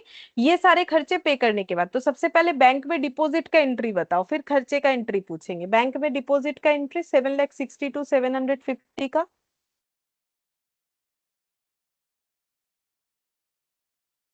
Ma'am bank to cash bank to cash, सही है, बैंक टू कैश, तो यहाँ पर लिख देते हैं टू कैश, और ये कॉन्ट्रा एंट्री होगा, ठीक है। क्योंकि टू कैश बाई बैंक हो रहा है, तो यहाँ पर हो जाएगा टू कैश और बाई बैंक कॉन्ट्रा एंट्री। ठीक है, तो कैश बोल के बैंक कॉलम में लिखेंगे 7,62,750 और यहाँ पर हो जाएगा कैश कॉलम में 7,62,750। ठीक है, ये एक ही चीज दो जगह पे पुट हो गया, तो और कहीं नहीं जाना चाहिए। अब ये जो जितने भी खर्चे हैं जो कि हम लोगों ने कैश में पे किया, शॉप एक्सपेंसेस, सैलरी या फिर पर्सनल एक्सपेंसेस, तो ये सब का एंट्री क्या होगा? शॉप एक्सपेंसेस कैश में पे करने का एंट्री क्या होगा? Ma'am shop expenses to cash. Cash, salary to cash, personal expenses वाला हो जाएगा ड्रॉइंग्स टू कैश। ठीक है, तो यहाँ पर हम लोग एक एक करके लिखते हैं, by shop expense, by salary, by drawings. ठीक है, कितना कितना होगा? ये तो मंथली दिया हुआ है, 600 इंटू 12, 9,200 इंटू 12, 1,400 इंटू 12, तो 600 इंटू 12,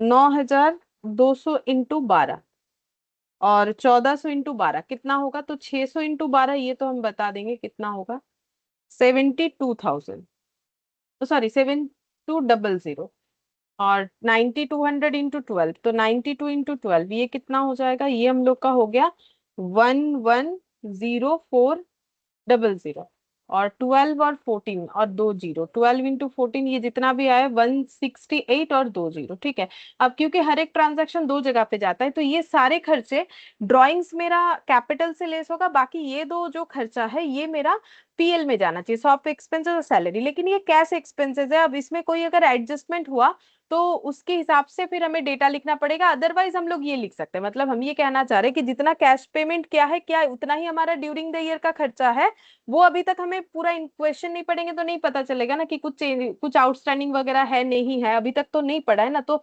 इतना कर सकते हैं कि हम लोग यहाँ पर लिख के रख सकते हैं कि मेरा पीएल में दो खर्चा आएगा। ठीक है, और एक खर्चा मेरा जो है ट्रेडिंग में आएगा, तो पीएल में एक खर्चा आएगा टू शॉप एक्सपेंसेस, कितना आएगा वो तो देखो आउटस्टैंडिंग देखने के बाद हम लोग लिख सकते हैं। ठीक है, तो यहाँ पर हम लोग का शॉप एक्सपेंसेस आ जाएगा, शॉप एक्सपेंसेस कितना आया था एक बार बताओ तो, कितना आ सकता है आने से? 7,000 कितना आया?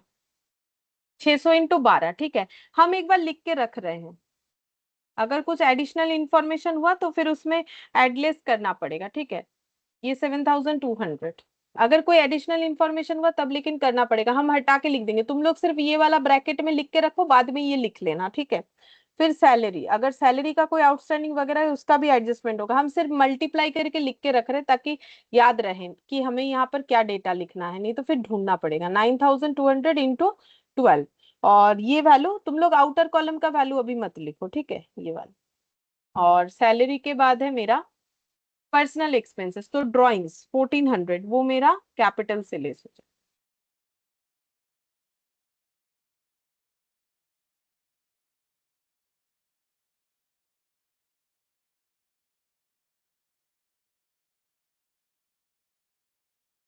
नॉर्मली ड्राइंग्स वगैरह में कोई आउटस्टैंडिंग नहीं होता है, तो ये वैल्यू तुम लोग भी लिख सकते हो। ठीक है, 16,800 आया था ड्राइंग्स, एक बार चेक कर देते हैं।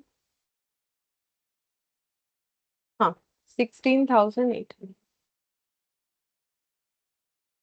16,800। अच्छा, फिर इसके बाद ये डिपॉजिट का एंट्री ये भी हो गया, पॉइंट वन कंप्लीट। फिर बोला है कैश विदड्रॉन फ्रॉम बैंक, तो बोलो कैश विदड्रॉन का एंट्री क्या होगा?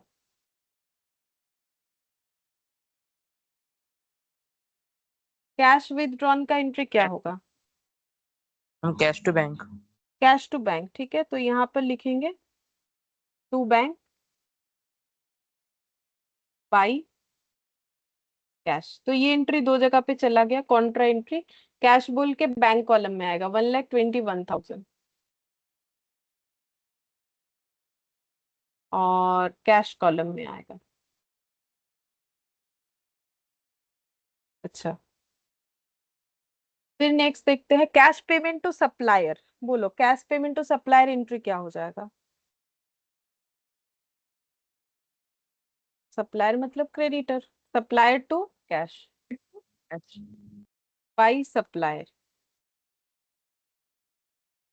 77,200। अच्छा, क्या हम लोगों ने क्रेडिटर का अकाउंट बनाए तो उसमें क्रॉस पोस्टिंग करेंगे, टू क्या लिख देंगे, cash cash payment to supplier 77,200। ठीक है, अब एक चीज देखो, अब अगर सोचोगे बाकी का क्रॉस पोस्टिंग नहीं देखा, शॉप एक्सपेंसेस, सैलरी, तो ये सब तो अकाउंट हम लोगों ने बनाया ही नहीं है। शॉप एक्सपेंसेस बनाते हैं तो लिख सकते हैं, क्योंकि सप्लायर बना हुआ है तो मैंने लिखा। ठीक है, तो ये भी दो जगह पे पोस्ट हो गया। फिर बोला है कि 25,000 फॉर फर्नीचर, फर्नीचर के लिए 25,000, तो फर्नीचर का 25,000 कितना होगा, कैश पेमेंट टू सप्लायर इतना for supplies and 25,000 for furniture. तो फर्नीचर के लिए सप्लायर को जो पेमेंट किया उसका एंट्री क्या होगा,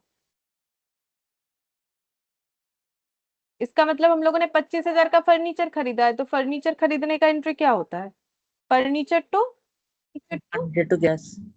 हाँ कैश होगा, इसीलिए क्योंकि ऊपर लिखा हुआ था ये सारे के सारे कैश ट्रांजैक्शन है। फर्नीचर टू कैश, कैश में चला जाएगा 25,000। ठीक है, अच्छा, तो अब ये कैश में भी लिखना पड़ेगा, कैश में तो लिख दिया, फर्नीचर अकाउंट में लिखना पड़ेगा। अगर हम लोगों ने कोई फिक्स्ड एसेट अकाउंट बनाया है तो, अगर जरूरत था तो बनाया होगा, अदरवाइज नहीं, लेकिन मुझे नहीं दिख रहा है कि हम लोगों ने यहाँ कहीं भी फिक्स्ड एसेट अकाउंट बनाया है। ठीक है, छोड़ो, नहीं बनाया। फिर next, cheque collected from customer but dishonoured 5,700। हम लोगों ने कस्टमर से चेक कलेक्ट किया बट वो चेक डिसऑनर हो गया, तो उसका एंट्री क्या होता है, देखो, चेक कलेक्ट जब करते हैं फिर चेक अगर डिसऑनर हो जाता है, तो चेक डिसऑनर हो चुका है तो उसका एंट्री हमें करना है। तो चेक डिसऑनर होने का मतलब ये है कि मेरा जो है कि डेटर को मुझे फिर से रेज करना पड़ेगा। ठीक है, डेटर को फिर से रेज करना पड़ेगा। और मेरा देखो, जब मैंने चेक रिसीव किया तब एंट्री क्या किया होगा, बैंक टू डेटर। ठीक है, अब जब मेरा वो चेक डिसऑनर हो गया तो मुझे क्या एंट्री करना चाहिए, डेटर को फिर से डेटर बनाओगे ना, पैसा थोड़ी ना छोड़ दोगे।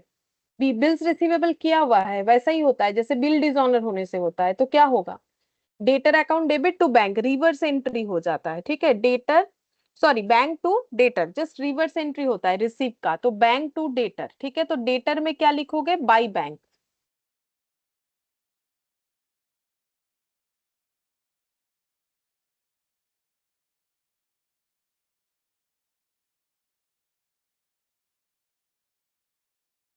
एक्चुअली मुझे ना दोनों एंट्री करना पड़ेगा, मैंने दोनों ट्रांजैक्शन दिया हुआ है। चेक कलेक्टेड फ्रॉम कस्टमर, तो चेक जब कलेक्ट हुआ तब क्या एंट्री होगा, बैंक टू डेटर। ठीक है, ये दो एंट्री करना पड़ेगा, दोनों बात दिया हुआ है। ठीक है, सिर्फ एक एंट्री करने से नहीं होगा, बैंक टू डेटर। ठीक है, टू डेटर, और ये रिसीट, और जब डिसऑनर हुआ तो रिवर्स एंट्री डालोगे, फिर से डेटर को डेटर बनाओगे, डेटर टू बैंक, तो बाई डेटर।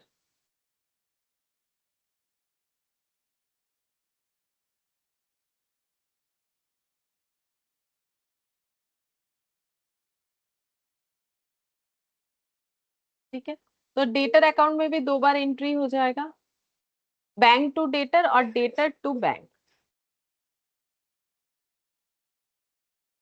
ठीक है, दोनों एंट्री कर दिया। फिर bills accepted by customer, customer ने जब बिल एक्सेप्ट किया, मतलब कस्टमर पे हम लोगों ने बिल्स ड्रॉ किया, तो बिल्स ड्रॉ का जो एंट्री है वही होगा, बिल एक्सेप्टेड बाय कस्टमर का मतलब, तो बोलो बिल्स ड्रॉ का एंट्री क्या होता है, बिल्स तो पढ़ा दिया मैंने। जब क्रेडिट सेल होता है तो डेटर टू सेल, जब बिल एक्सेप्ट होता है, बिल्स रिसीवेबल एसेट होता है तो बी आर टू डेटर। तब पहले से पढ़ के क्या फायदा, बोलो, बी आर टू डेटर, तो बाई बिल्स रिसीवेबल। ठीक है, तो बाई बिल्स रिसीवेबल कितना हो जाएगा, 40,000, और बिल्स रिसीवेबल में चला जाएगा टू डेटर 40,000। ठीक है, अच्छा, फिर इसके बाद बिल एंडोर्स्ड, तो हम लोग बिल एंडोर्स किसको करते हैं, कुछ नहीं बोला हुआ होता है तो क्रेडिटर को करते हैं। एंडोर्स करने का मतलब क्रेडिटर को पैसा देने की जगह बिल दे रहे हैं, तो क्रेडिटर कैंसिल होता है, क्रेडिटर अकाउंट डेबिट। ठीक है, और बिल हमारे पास से चला जाता है तो टू बी आर हो जाता है। ठीक है, तो क्रेडिटर टू बी आर, तो बी आर में क्या लिखेंगे, बाई क्रेडिटर, और क्रेडिटर में लिखेंगे टू बी आर, तो बाई क्रेडिटर हो जाएगा मेरा 10,000, और क्रेडिटर में हो जाएगा टू बी आर 10,000।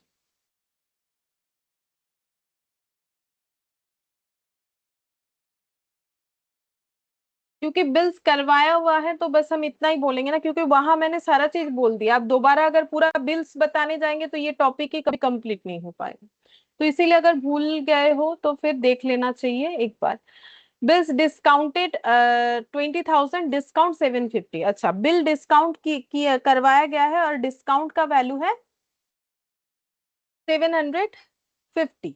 अच्छा, तो बिल 20,000 का बिल डिस्काउंट किया गया है, ठीक है। तो फिर इसका एंट्री क्या हो जाएगा? 20,000 का बिल डिस्काउंट करवा दिया गया है तो एंट्री हो जाएगा, डिस्काउंट का तो हो जाएगा। देखो, जब बिल डिस्काउंट करवाते एंट्री ऐसे होता है, बैंक अकाउंट डेबिट, बिल चला गया to B R, discount debit to B R. तो bank debit, discount debit to B R, मतलब बी आर में बाई डिस्काउंट लिखेंगे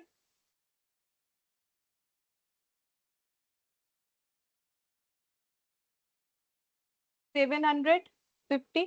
अच्छा, ये डिस्काउंट और एक जगह पे जाना चाहिए, हर एक डेटा दो जगह पे जाएगा ना, तो ये डिस्काउंट हमारे पीएल में जाना चाहिए।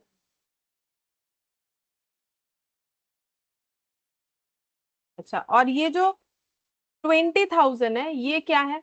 बिल डिस्काउंटेड हुआ है 20,000 रुपए का, ठीक है। और 750 में डिस्काउंट हुआ है, तो फिर हमारे पास कितना पैसा आया होगा? अगर मेरे पास 20,000 का बिल 750 में डिस्काउंट हुआ है तो मेरे पास कितना पैसा आया होगा? देखो, बिल डिस्काउंट का एंट्री कुछ ऐसा होता है, bank discount to B R. तो मैंने 20,000 का बिल डिस्काउंट करवाया 750 डिस्काउंट से, तो मेरे पास कितना पैसा आया होगा ये पूछ रहे हैं। ये एंट्री तो मैंने करवा दी है। हाँ, बोलो। 19 to 50। 19 to 50, तो इसका एंट्री क्या होगा? 19 to 50 का एंट्री हम लोग क्या लिखेंगे? बैंक टू, क्योंकि डिस्काउंट नॉर्मली बैंक से करवाते हैं जब कुछ नहीं बोला हुआ है, तो वैसे फ्रेंड से भी हो सकता है, बट कुछ नहीं बोलेगा तो बैंक ही मान के चलना पड़ेगा ना। तो bank to B R 19 to 50, तो बी आर में भी लिखना पड़ेगा by bank 19 to 50।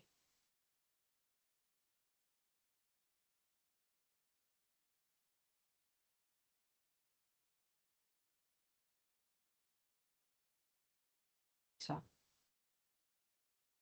Bills matured and duly collected 16,000। एक बिल मैच्योर हो गया और उसके अगेंस्ट में हमें 16,000 रुपए मिल गया, तो एंट्री क्या होगा? बैंक टू बी आर, पैसा मिल जाता है तो bank account debit to B R हो जाएगा, तो बी आर में लिख देते हैं बाई बैंक, और बैंक में लिखेंगे टू बी आर। तो बाई बैंक हो जाएगा 16,000, और कैश बुक में लिख देंगे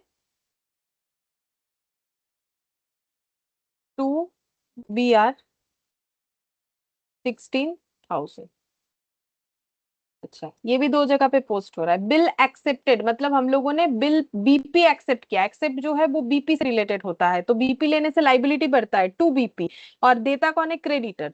तो एंट्री क्या हो जाता है? क्रेडिटर टू बीपी, ठीक है। तो क्रेडिटर अकाउंट में लिखना पड़ेगा क्रेडिटर टू बीपी, और बीपी में लिखेंगे बाई क्रेडिटर। तो क्रेडिटर टू बीपी 24,000, और बीपी में लिखना है बाई क्रेडिटर 24,000। By creditor 24,000। फिर बोल रहा है paid supplies by cheque, suppliers by cheque. Supplier यानी क्रेडिटर को चेक में पेमेंट किया, तो क्रेडिटर टू बैंक, ठीक है। तो creditor to bank, to bank, creditor to bank हो जाएगा 3,20,000, और बैंक में लिखेंगे बाई क्रेडिटर 3,20,000।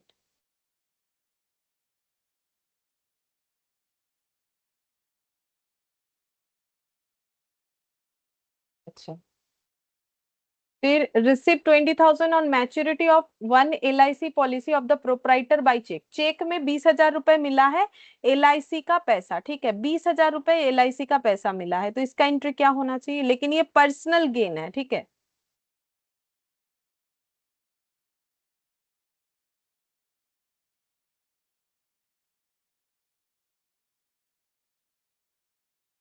बोलो क्या एंट्री होगा?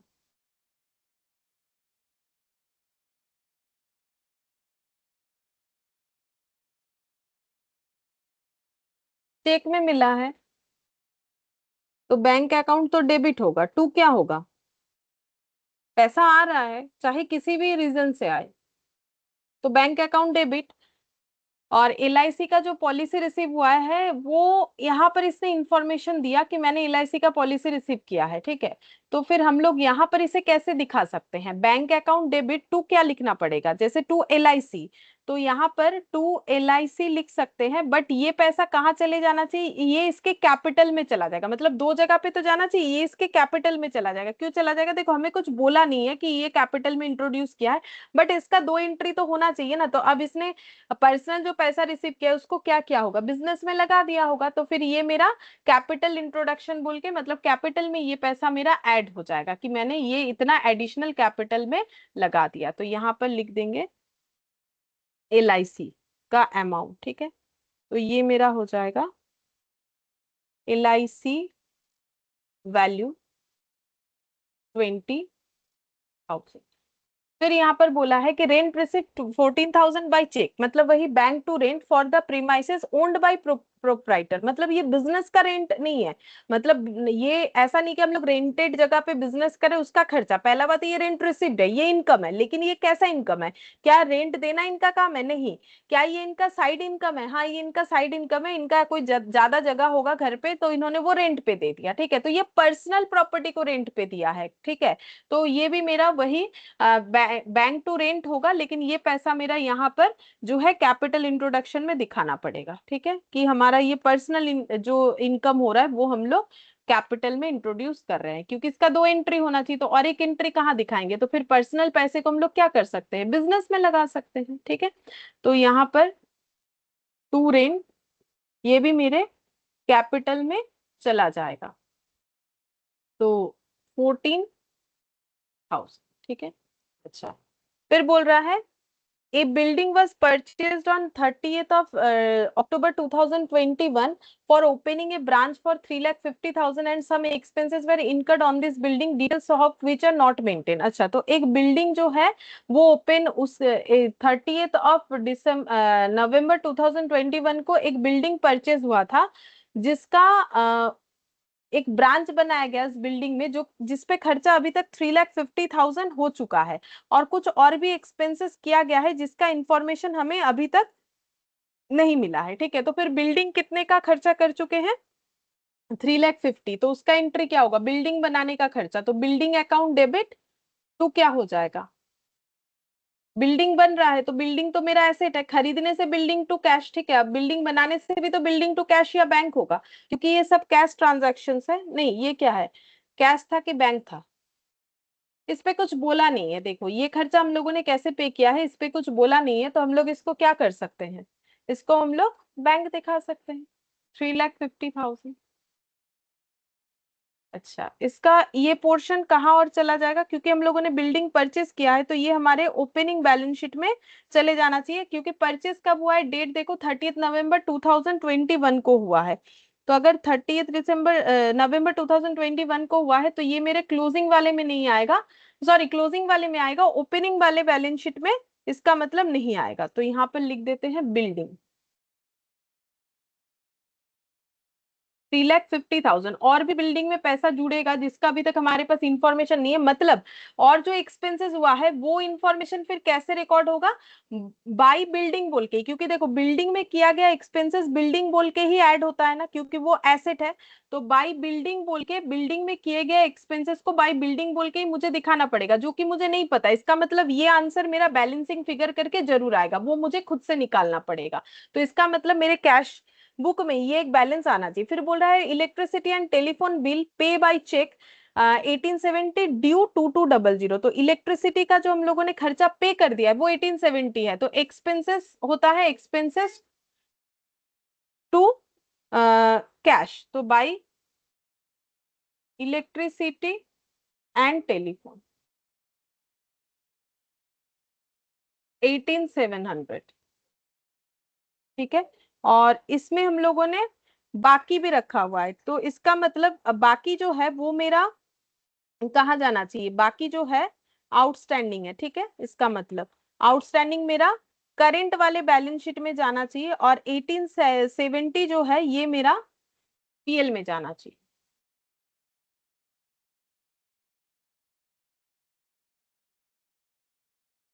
टू इलेक्ट्रिसिटी एंड टेलीफोन 18700, और इसका आउटस्टैंडिंग भी बता दिया ड्यूरिंग द ईयर का, तो वो यहाँ पर ऐड हो जाएगा 2200, तो ये हो जाएगा 20,900। ठीक है, 20,900, और ये आउटस्टैंडिंग कहाँ जाएगा, ये वाले बैलेंस शीट में जाएगा, outstanding electricity, electricity and telephone 2200। तो देखो दोनों डेटा दो जगह पे चला गया, 2200 पीएल और बैलेंस शीट में गया, और 18,700 पीएल और जो है कैश बुक में चला गया है। ठीक है, अच्छा, और फिर इसके बाद बोल रहा है यहाँ पर, claim against the firm for damage 1,55,000 is under legal dispute, legal expenses 17,000, the firm anticipates defeat in the suit. मतलब बोल रहा है कि कोई एक जो है लीगल लड़ाई चल रहा था, ठीक है, क्लेम जिसपे क्लेम था against the firm for damage, मतलब फर्म ने ये जो जिसका हम लोग अकाउंट बना रहे हैं उस उन लोगों ने क्लेम कर रखा है 1,55,000, और ये जो क्लेम मतलब जो कोर्ट में लड़ाई चल रहा है उसके लिए 17,000 का खर्चा हो रहा है। तो पहले 17,000 का खर्चे का एंट्री हम लोग कर लेते हैं। तो 17,000 का जो खर्चे का एंट्री होगा, लीगल एक्सपेंसेस 17,000, ठीक है, और बोला है the firm anticipated defeat in the suit, और ये हार जाएंगे, इनको ऐसा लगता है। ठीक है, तो एक्सपेंसेस है मेरा 17,000।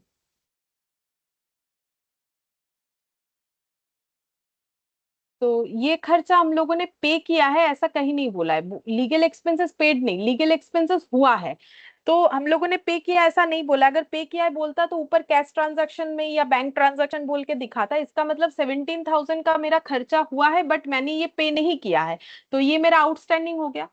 तो आउटस्टैंडिंग लीगल एक्सपेंसेस 17,000, ठीक है, और ये क्योंकि मेरा ड्यूरिंग द ईयर है तो मेरे करंट वाले बैलेंस शीट में चला जाएगा, आउटस्टैंडिंग लीगल एक्सपेंसेस 17,000 बोल के।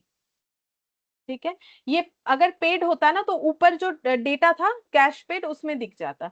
और claim against the firm for damage, तो अगर डैमेज हुआ तो कितना क्लेम मांगा जाएगा, 1,55,000 का क्लेम हो सकता है। ठीक है, मतलब इसका हमें प्रोविजन बनाना चाहिए डैमेज के लिए 1,55,000 का, क्योंकि ये होगा कि नहीं होगा इसका तो कोई गारंटी नहीं है। अगर हम लोग हार गए तो, क्योंकि हमें चांसेस लग रहा है, क्योंकि कंटीजेंट एसेट लाइबिलिटी पड़ा है ना, तो ये कंटीजेंट लाइबिलिटी अगर हम लोग हार गए तो देना पड़ेगा, जबकि हमें लग रहा है कि हम लोग हार जाएंगे, तो फिर मुझे प्रोविजन क्रिएट करना चाहिए। तो 1,55,000 का हम लोग प्रोविजन बनाएंगे। तो प्रोविजन फॉर डैमेज क्लेम 1,55,000, ठीक है, और ये प्रोविजन बनता कहाँ से है, प्रोविजन हम लोग का पीएल से बनता है, तो यहां पर आ जाएगा टू प्रोविजन, क्योंकि प्रॉफिट से ही बनेगा, क्लेम 1,55,000। ठीक है, ये एक इंपॉर्टेंट पॉइंट था, यहाँ पर देख सकते हो। फिर goods return to supplier, supplier को गुड्स रिटर्न कर दिया, मतलब क्रेडिटर का रिटर्न, तो क्या हो जाएगा, क्रेडिटर टू परचेज रिटर्न। ठीक है, तो परचेज में लिखना पड़ेगा बाई क्रेडिटर। तो क्रेडिटर में क्या लिखेंगे, क्योंकि मेरे पास क्रेडिटर अकाउंट है, क्रेडिटर परचेज टू क्रेडिटर होता है खरीदने से, तो बाई रिटर्न, तो रिटर्न है 4,200, और ये कहाँ जाना चाहिए, ट्रेडिंग में परचेज से लेस होना चाहिए, तो ट्रेडिंग में चले जाते हैं, टू परचेज लेस रिटर्न 4,200, तो दो जगह पे पुट हो गया। अब कितना आएगा वो तो देखना पड़ेगा। ठीक है, फिर इसके बाद है गुड्स रिटर्न बाय कस्टमर 1,200, तो वो सेल से लेस होना चाहिए।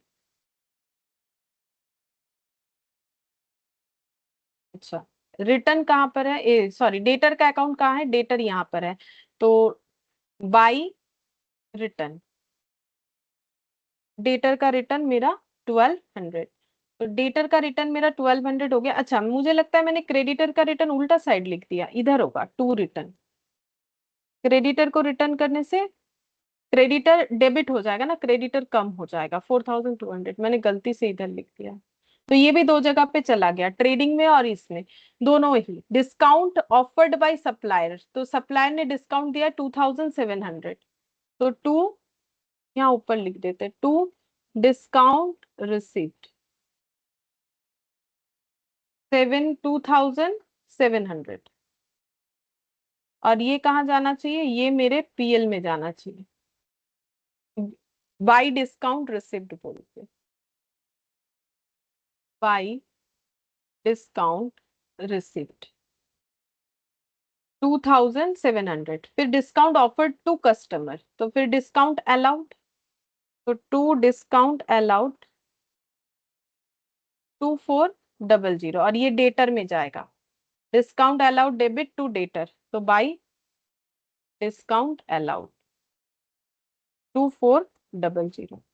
अच्छा, इसके बाद the business is carried on at the rented premises for an annual rent of 20,000 which is outstanding at the year end। तो rented premises में बिजनेस होता है जो कि पूरा बाकी है, तो यहाँ पर हो जाएगा टू आउटस्टैंडिंग रेंट और बैलेंस शीट में चला जाएगा 20,000, और यहाँ पर आ जाएगा आउटस्टैंडिंग रेंट 20,000, दो जगह पे चला गया। तो सारे इंफॉर्मेशन लिख के हम लोगों ने कंप्लीट कर लिया है, ठीक है। अब एक एक करके क्लोज करते जाना पड़ेगा, तो देखते हैं क्या क्या क्लोज होगा। सबसे पहले हम लोग देखो, जब डेटर और बीआर रहता है ना, तो बीआर पहले क्लोज होता है, उसके बाद डेटर क्लोज होगा, क्योंकि जब तक बीआर क्लोज नहीं होगा तब तक डेटर क्लोज नहीं होगा, ये हमेशा याद रखो। बीपी और क्रेडिटर रहेगा तो पहले बीपी क्लोज होगा फिर क्रेडिटर, क्योंकि जब बिल्स ड्रॉ होता है तो डेटर कैंसिल होकर बीआर होता है। तो बीआर को क्लोज करेंगे तो हमें पता चलेगा कुछ, अगर इंफॉर्मेशन बाकी है देन वो डेटर में ट्रांसफर हो जाएगा। तो सबसे पहले बीआर को क्लोज करेंगे, हम यहाँ .1 लगा देते हैं, कौन सा पहले क्लोज हो रहा है। तो सबसे पहले बीआर को क्लोज करके देखते हैं कितना आ रहा है। तो 10,000 प्लस 750 प्लस 19,250 प्लस 22,000, 52,000,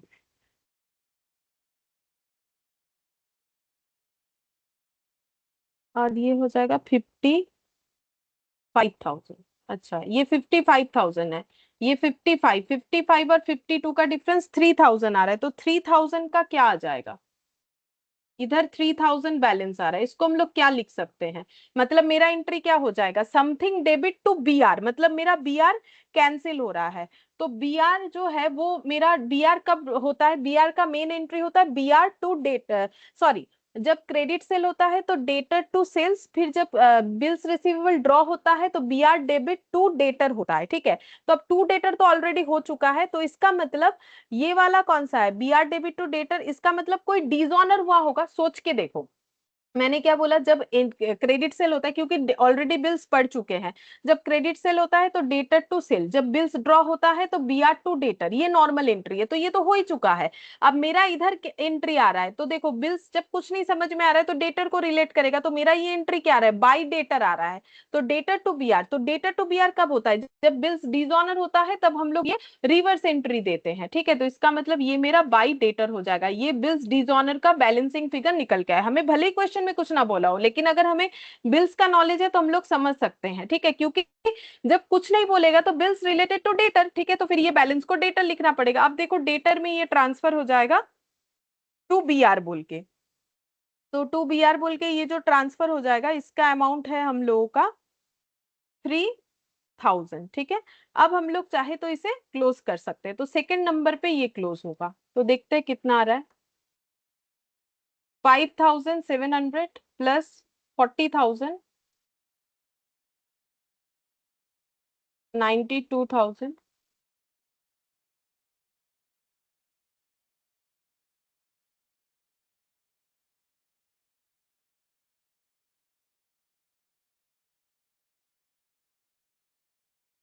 फिर से करते हैं,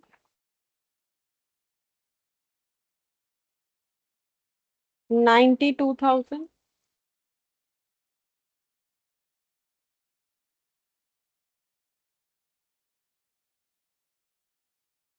अच्छा,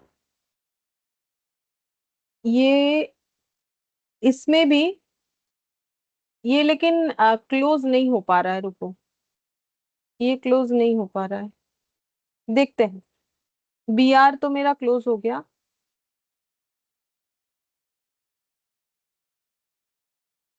डेटर में मैंने बी आर लिखा है 40,000, सेल्स रिटर्न लिखा है 1200, और 5,700 लिखा है, 40,000, 1200, 5,700, डिस्काउंट अलाउ 2,000। अच्छा, डेटर का देखो, डेटर में ना मेरा जो है, एक तो क्रेडिट सेल नहीं दिख रहा है, क्योंकि क्वेश्चन में बोला था कि डेटर का क्रेडिट सेल ही होगा, ठीक है। तो इसका मतलब यहाँ पर, क्योंकि डेटर क्रेडिटर दोनों को हम लोग क्रेडिट में सेल और परचेस करते हैं, तो टू सेल्स यहाँ पर क्रेडिट सेल बैलेंसिंग फिगर में आना चाहिए, लेकिन जब टोटल करोगे तो देखना इधर ज्यादा नहीं आ रहा है, ठीक है, मतलब नहीं, इधर ज्यादा आ रहा है, बट ये क्रेडिट सेल निकलेगा, ये कंफर्म बात है। और दूसरा एक क्या है ना, हम लोग डेटर से जो कलेक्ट किए हैं पैसा, वो भी देखना पड़ेगा। ये 5,700, लेकिन ये कौन सा कलेक्शन है, देखो, ये 5,700 थ्रू बिल्स का कलेक्शन, हम दिखा देते हैं एक बार, मतलब थोड़ा थोड़ा पॉइंट हमें दिमाग में रख के चलना है। ये देखो 5,700 कहाँ गया, 5,700, ये रहा, ये डिसऑनर्ड हुआ था चेक, तो ये पैसा मिला था, बट ये पैसा जो है मेरा डिसऑनर, ये डिसऑनर वाला है, ठीक है, चेक डिसऑनर का। तो मेरे मेरे यहाँ पर और एक एंट्री होना चाहिए, बाई बैंक बोल के, मुझे डेटर से कितना पैसा मिला वो भी मुझे पता होना चाहिए, कि मुझे डेटर से कितना पैसा मिला, क्योंकि डेटर से मेरा दो ट्रांजैक्शन होगा, एक क्रेडिट सेल और एक पैसा कलेक्ट, तो दोनों जगह पे अगर बैलेंस आ रहा है, तब तो हम लोग लेजर से नहीं निकाल सकते। इसका मतलब मुझे इसके बाद या तो कैश वाला कॉल अकाउंट बनाना चाहिए, या फिर हम लोग यहाँ पर ये भी क्लोज कर सकते हैं, स्टेटमेंट ऑफ अफेयर्स, क्योंकि इसमें तो और बचा कुचा कुछ है नहीं, ठीक है। तो हम एक काम करते हैं, मैंने 1 नंबर में बी आर क्लोज कर दिया, सेकंड नंबर पे हम स्टेटमेंट ऑफ अफेयर्स को क्लोज कर देते हैं। तो देखते हैं स्टेटमेंट ऑफ अफेयर्स मेरा कितना आ रहा है। तो डेटर है 70,000 प्लस 15,000 का B R plus 1,10,000 inventory, 90,000 bank, और 5,200 का मेरा कैश, 2,90,200 माइनस 52,000, तो 2,38,200 कैपिटल, 2,38,200 ये पता चल गया, ठीक है, क्योंकि यहाँ कुछ और आने जाने वाला नहीं था, तो मैंने इसको निकाल दिया, क्योंकि उधर मेरा दो फिगर जो है मेरा मिसिंग मिल रहा है, तो फिर मेरा लेजर कैसे बैलेंस होगा। 2,38,200 यहाँ लिख देते हैं, 2,38,200, ठीक है। अच्छा, अब हम लोग थर्ड नंबर पे बीपी को क्लोज कर लेते हैं, ठीक है। फिर उसके बाद हम लोग जो है क्रेडिटर को क्लोज कर लेंगे, फिर हम लोग आते हैं डेटर के बारे में, ठीक है। तो यहाँ पर हो गया 24 और 12, तो ये हो गया 36,000, 36,000 से 14,000 लेस करने से हो जाएगा 22,000, ठीक है। तो इसका एंट्री क्या होगा, देखो बीपी, मैंने क्रेडिटर पे, क्रेडिटर से बीपी एक्सेप्ट किया, क्रेडिटर टू बीपी, जब पेमेंट कर देंगे तब होगा बीपी अकाउंट डेबिट टू, क्या होता है बैंक, जब पेमेंट कर देते हैं तो टू बैंक, ये आ जाएगा 22,000, यानी बैंक में मुझे ये लिख देना चाहिए बाई बीपी बोल के 22,000, ठीक है। तो यहाँ पर लिख देंगे बाई बीपी बोल के 22,000, तो एक एक करके निकलता जा रहा है, ठीक है। अब इसके बाद हम लोग क्रेडिटर को क्लोज करके देख सकते हैं, तो क्रेडिटर मेरा कितने नंबर पे क्लोजिंग हो रहा है, फोर्थ नंबर पे। तो क्रेडिटर को क्लोज करके देखते हैं, तो यहाँ पर टोटल कितना आ जा रहा है, देखते हैं, 2,700 प्लस 77,200 प्लस 10 और 24, मतलब 34,000 प्लस 3,20,000 प्लस 4,200 प्लस 56,000, तो 4,94,100, 4,94,100 और माइनस 40,000, तो इधर बैलेंस आ रहा है 4,54,100। तो इसको हम लोग क्या बोलेंगे, क्रेडिट सेल का कोई एंट्री, क्रेडिट परचेस का कोई एंट्री हुआ ही नहीं, परचेस टू क्रेडिटर, तो ये बाई परचेस हो जाएगा। और सिर्फ क्रेडिट परचेस ही ये लोग करता है, जो कि क्वेश्चन के स्टार्टिंग में बोल दिया गया था, ठीक है। तो अब ये परचेस 4,54,100 ये मेरे ट्रेडिंग में जाना चाहिए, 4,54,100। 4,54,100 और -4,200 करने से मुझे नेट परचेस पता चल जाएगा जो कि है 4,49,900। ठीक है। अच्छा, अब इसके बाद मुझे यहाँ पर कैश बैंक का करना पड़ेगा, जिसमें से कैश में तो एक बैलेंसिंग फिगर मिलेगा, पता ही चल रहा है। बाकी यहाँ पर देखते हैं क्या होगा। अच्छा, तो सबसे पहले हम लोग कैश का ही करते हैं और बैलेंसिंग फिगर निकाल लेते हैं। तो 5,200 और यहाँ पर, अच्छा कैश के यहाँ पर मेरा ये टोटल करते हैं। ये बिल्डिंग वाला ना मेरा बैंक कॉलम में जाएगा। ठीक है, ये मैंने बैंक में दिया तो ये भी बैंक में जाएगा। तो कैश का हम लोग टोटल कर सकते हैं। तो कैश का टोटल कर लेते हैं। 7,62,700 plus 7,200 plus 1,104,000 plus 16,800 plus 77,200 plus 25,000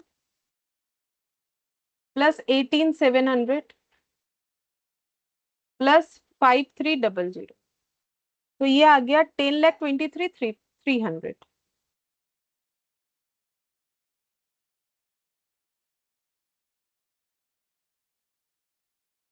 अच्छा, ये ना 300 नहीं, ये 350 होगा। एक्चुअली 7,60,2,750 है। मैंने ना 7,60,2,750 नहीं लिख के थोड़ा सा मतलब ये 50 कम लिख दिया है। ठीक है, इस वजह से 50 नहीं आया। वैसे देख लो सब 0 0 है तो वो दिख ही रहा है कि मेरा ये 50 होगा।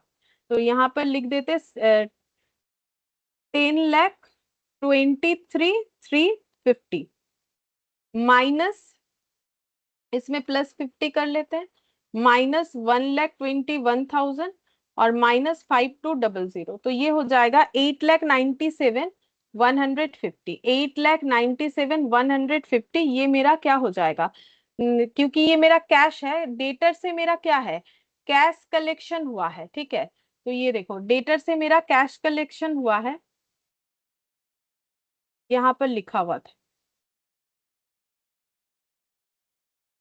Deposit to bank after payment of shop, ये सब तो बैंक में ले जाके डिपॉजिट करते हैं। तो कहाँ से पैसा डिपॉजिट करते हैं, डेटर से जो पैसा मिलता है वही। ठीक है, तो डेटर से कितना पैसा मिला वहां भी मैंने दिखाया कि मेरे पास वो जो है दिखेगा कि मैंने पैसा कितना रिसीव किया और उसके बाद मैंने वो बैंक में डाल दिया। तो ये हो गया 8,97,150। तो ये डेटर वाले यहाँ पर आ जाएगा 897, यहाँ पर कलेक्शन 8,97,150। अब इसका टोटल करेंगे तो क्रेडिट सेल पता चल जाएगा। तो plus 92,000 plus 2400 plus 1200 plus 45 plus 40,000 plus 5700। तो ये आएगा 10 लाख।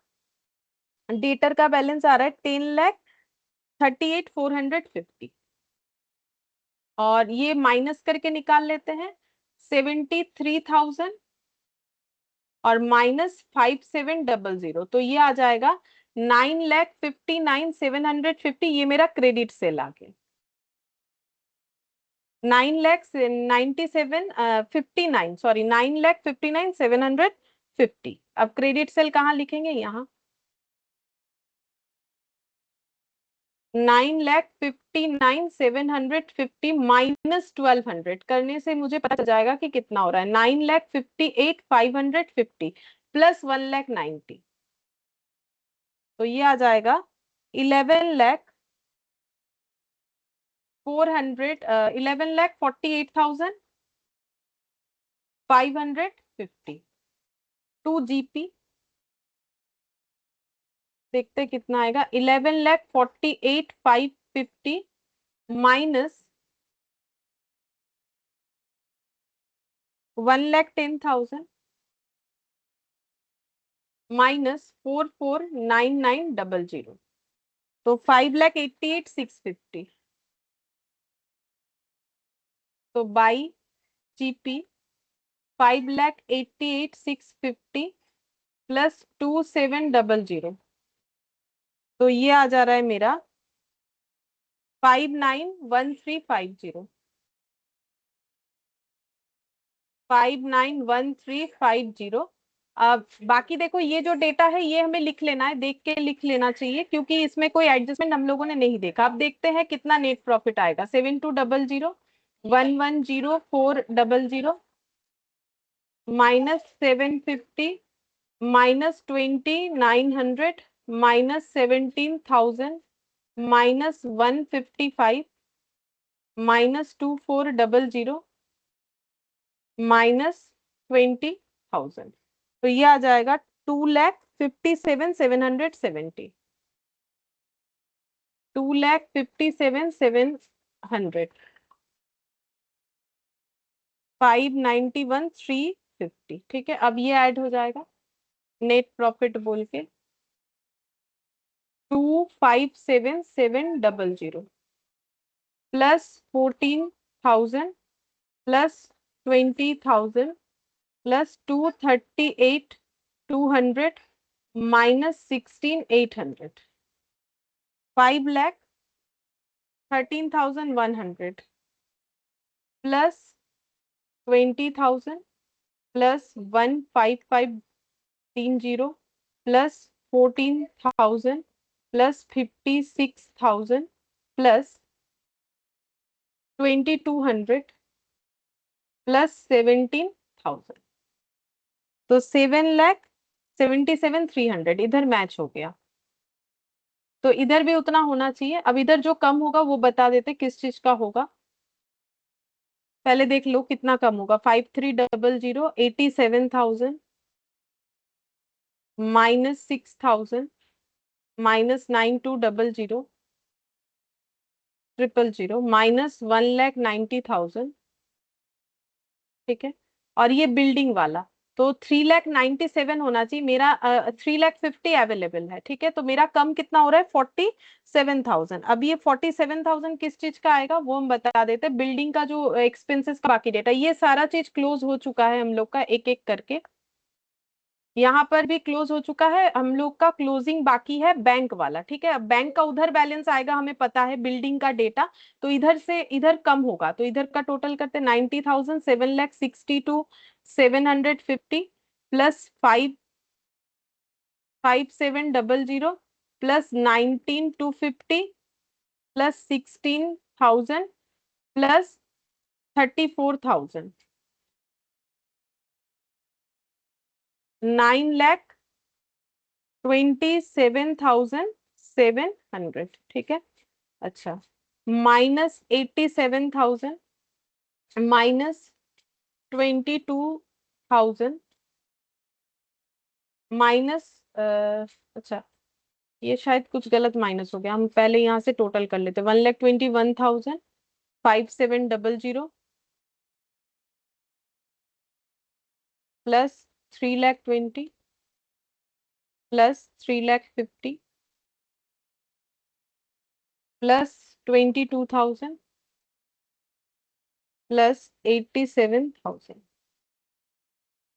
9,27,700 माइनस 9,27,700। तो ये जो बैलेंस आ रहा है ये 22,000 इधर आ जाएगा। ठीक है, ये वाला 22,000, और ये हमारे बिल्डिंग के कॉस्ट में हो जाएगा ऐड, क्योंकि बिल्डिंग का ये खर्चा हमें पता नहीं था। तो बिल्डिंग पे करने वाला खर्चा बिल्डिंग के कॉस्ट में ऐड होगा। तो यहाँ पर जो बिल्डिंग बोल के लिखा हुआ है उसमें हम लोग ये वाला खर्चा को ऐड करके दिखा देंगे। ठीक है, तो यहाँ पर हम लोग का हो जाएगा बिल्डिंग एडिशनल 22,000। तो यहाँ पर हो जाएगा 3,72,000। लेकिन हम लोग का यहाँ पर हम लोगों ने देखा कि हम लोग का 37,000 आ रहा था, तो 22,000 आया। तो बाकी 25,000 किस चीज का होगा? तो बाकी 25,000 का अगर हम लोग देखें तो मेरे हिसाब से हम लोग का यहाँ पर कुछ तो है, फर्नीचर है शायद, एक फर्नीचर है। ये रहा फर्नीचर 25,000। ठीक है, हम लोगों ने खरीदा था ना, वो लिखना भूल गए। अभी मैंने बैलेंस किया था तो हम लोग का 37 आया था, तो 25,000 और 22,000 मिला के 37 सॉरी 47 आ जाएगा। ठीक है, तो वो मैच हो गया। तो ये टोटल करोगे तो पता चल जाएगा। ठीक है, थोड़ा टाइम ज्यादा लग गया बिकॉज देखो ये क्वेश्चन अगर अभी नहीं कंप्लीट करवाते, बीच में बोल दिया था, तो अगर अभी नहीं कंप्लीट करवाएंगे तो फिर इसको नेक्स्ट दिन करेंगे तो पूरा सेम इतना ही मेहनत करना पड़ेगा, इसीलिए मैंने इसको बता दिया। ठीक है, नेक्स्ट क्लास में बाकी 3 प्रैक्टिकल क्वेश्चंस और एमसीक्यू बाकी है, देखते हैं जितना हो पाता है, क्योंकि लेंदी क्वेश्चन होता है तो हो सकता है एक और एक क्लास लगे, एक पूरा और एक आधा, या फिर हो सकता है एक क्लास में भी हो जाए। ठीक है, फिर आज के लिए इतना ही।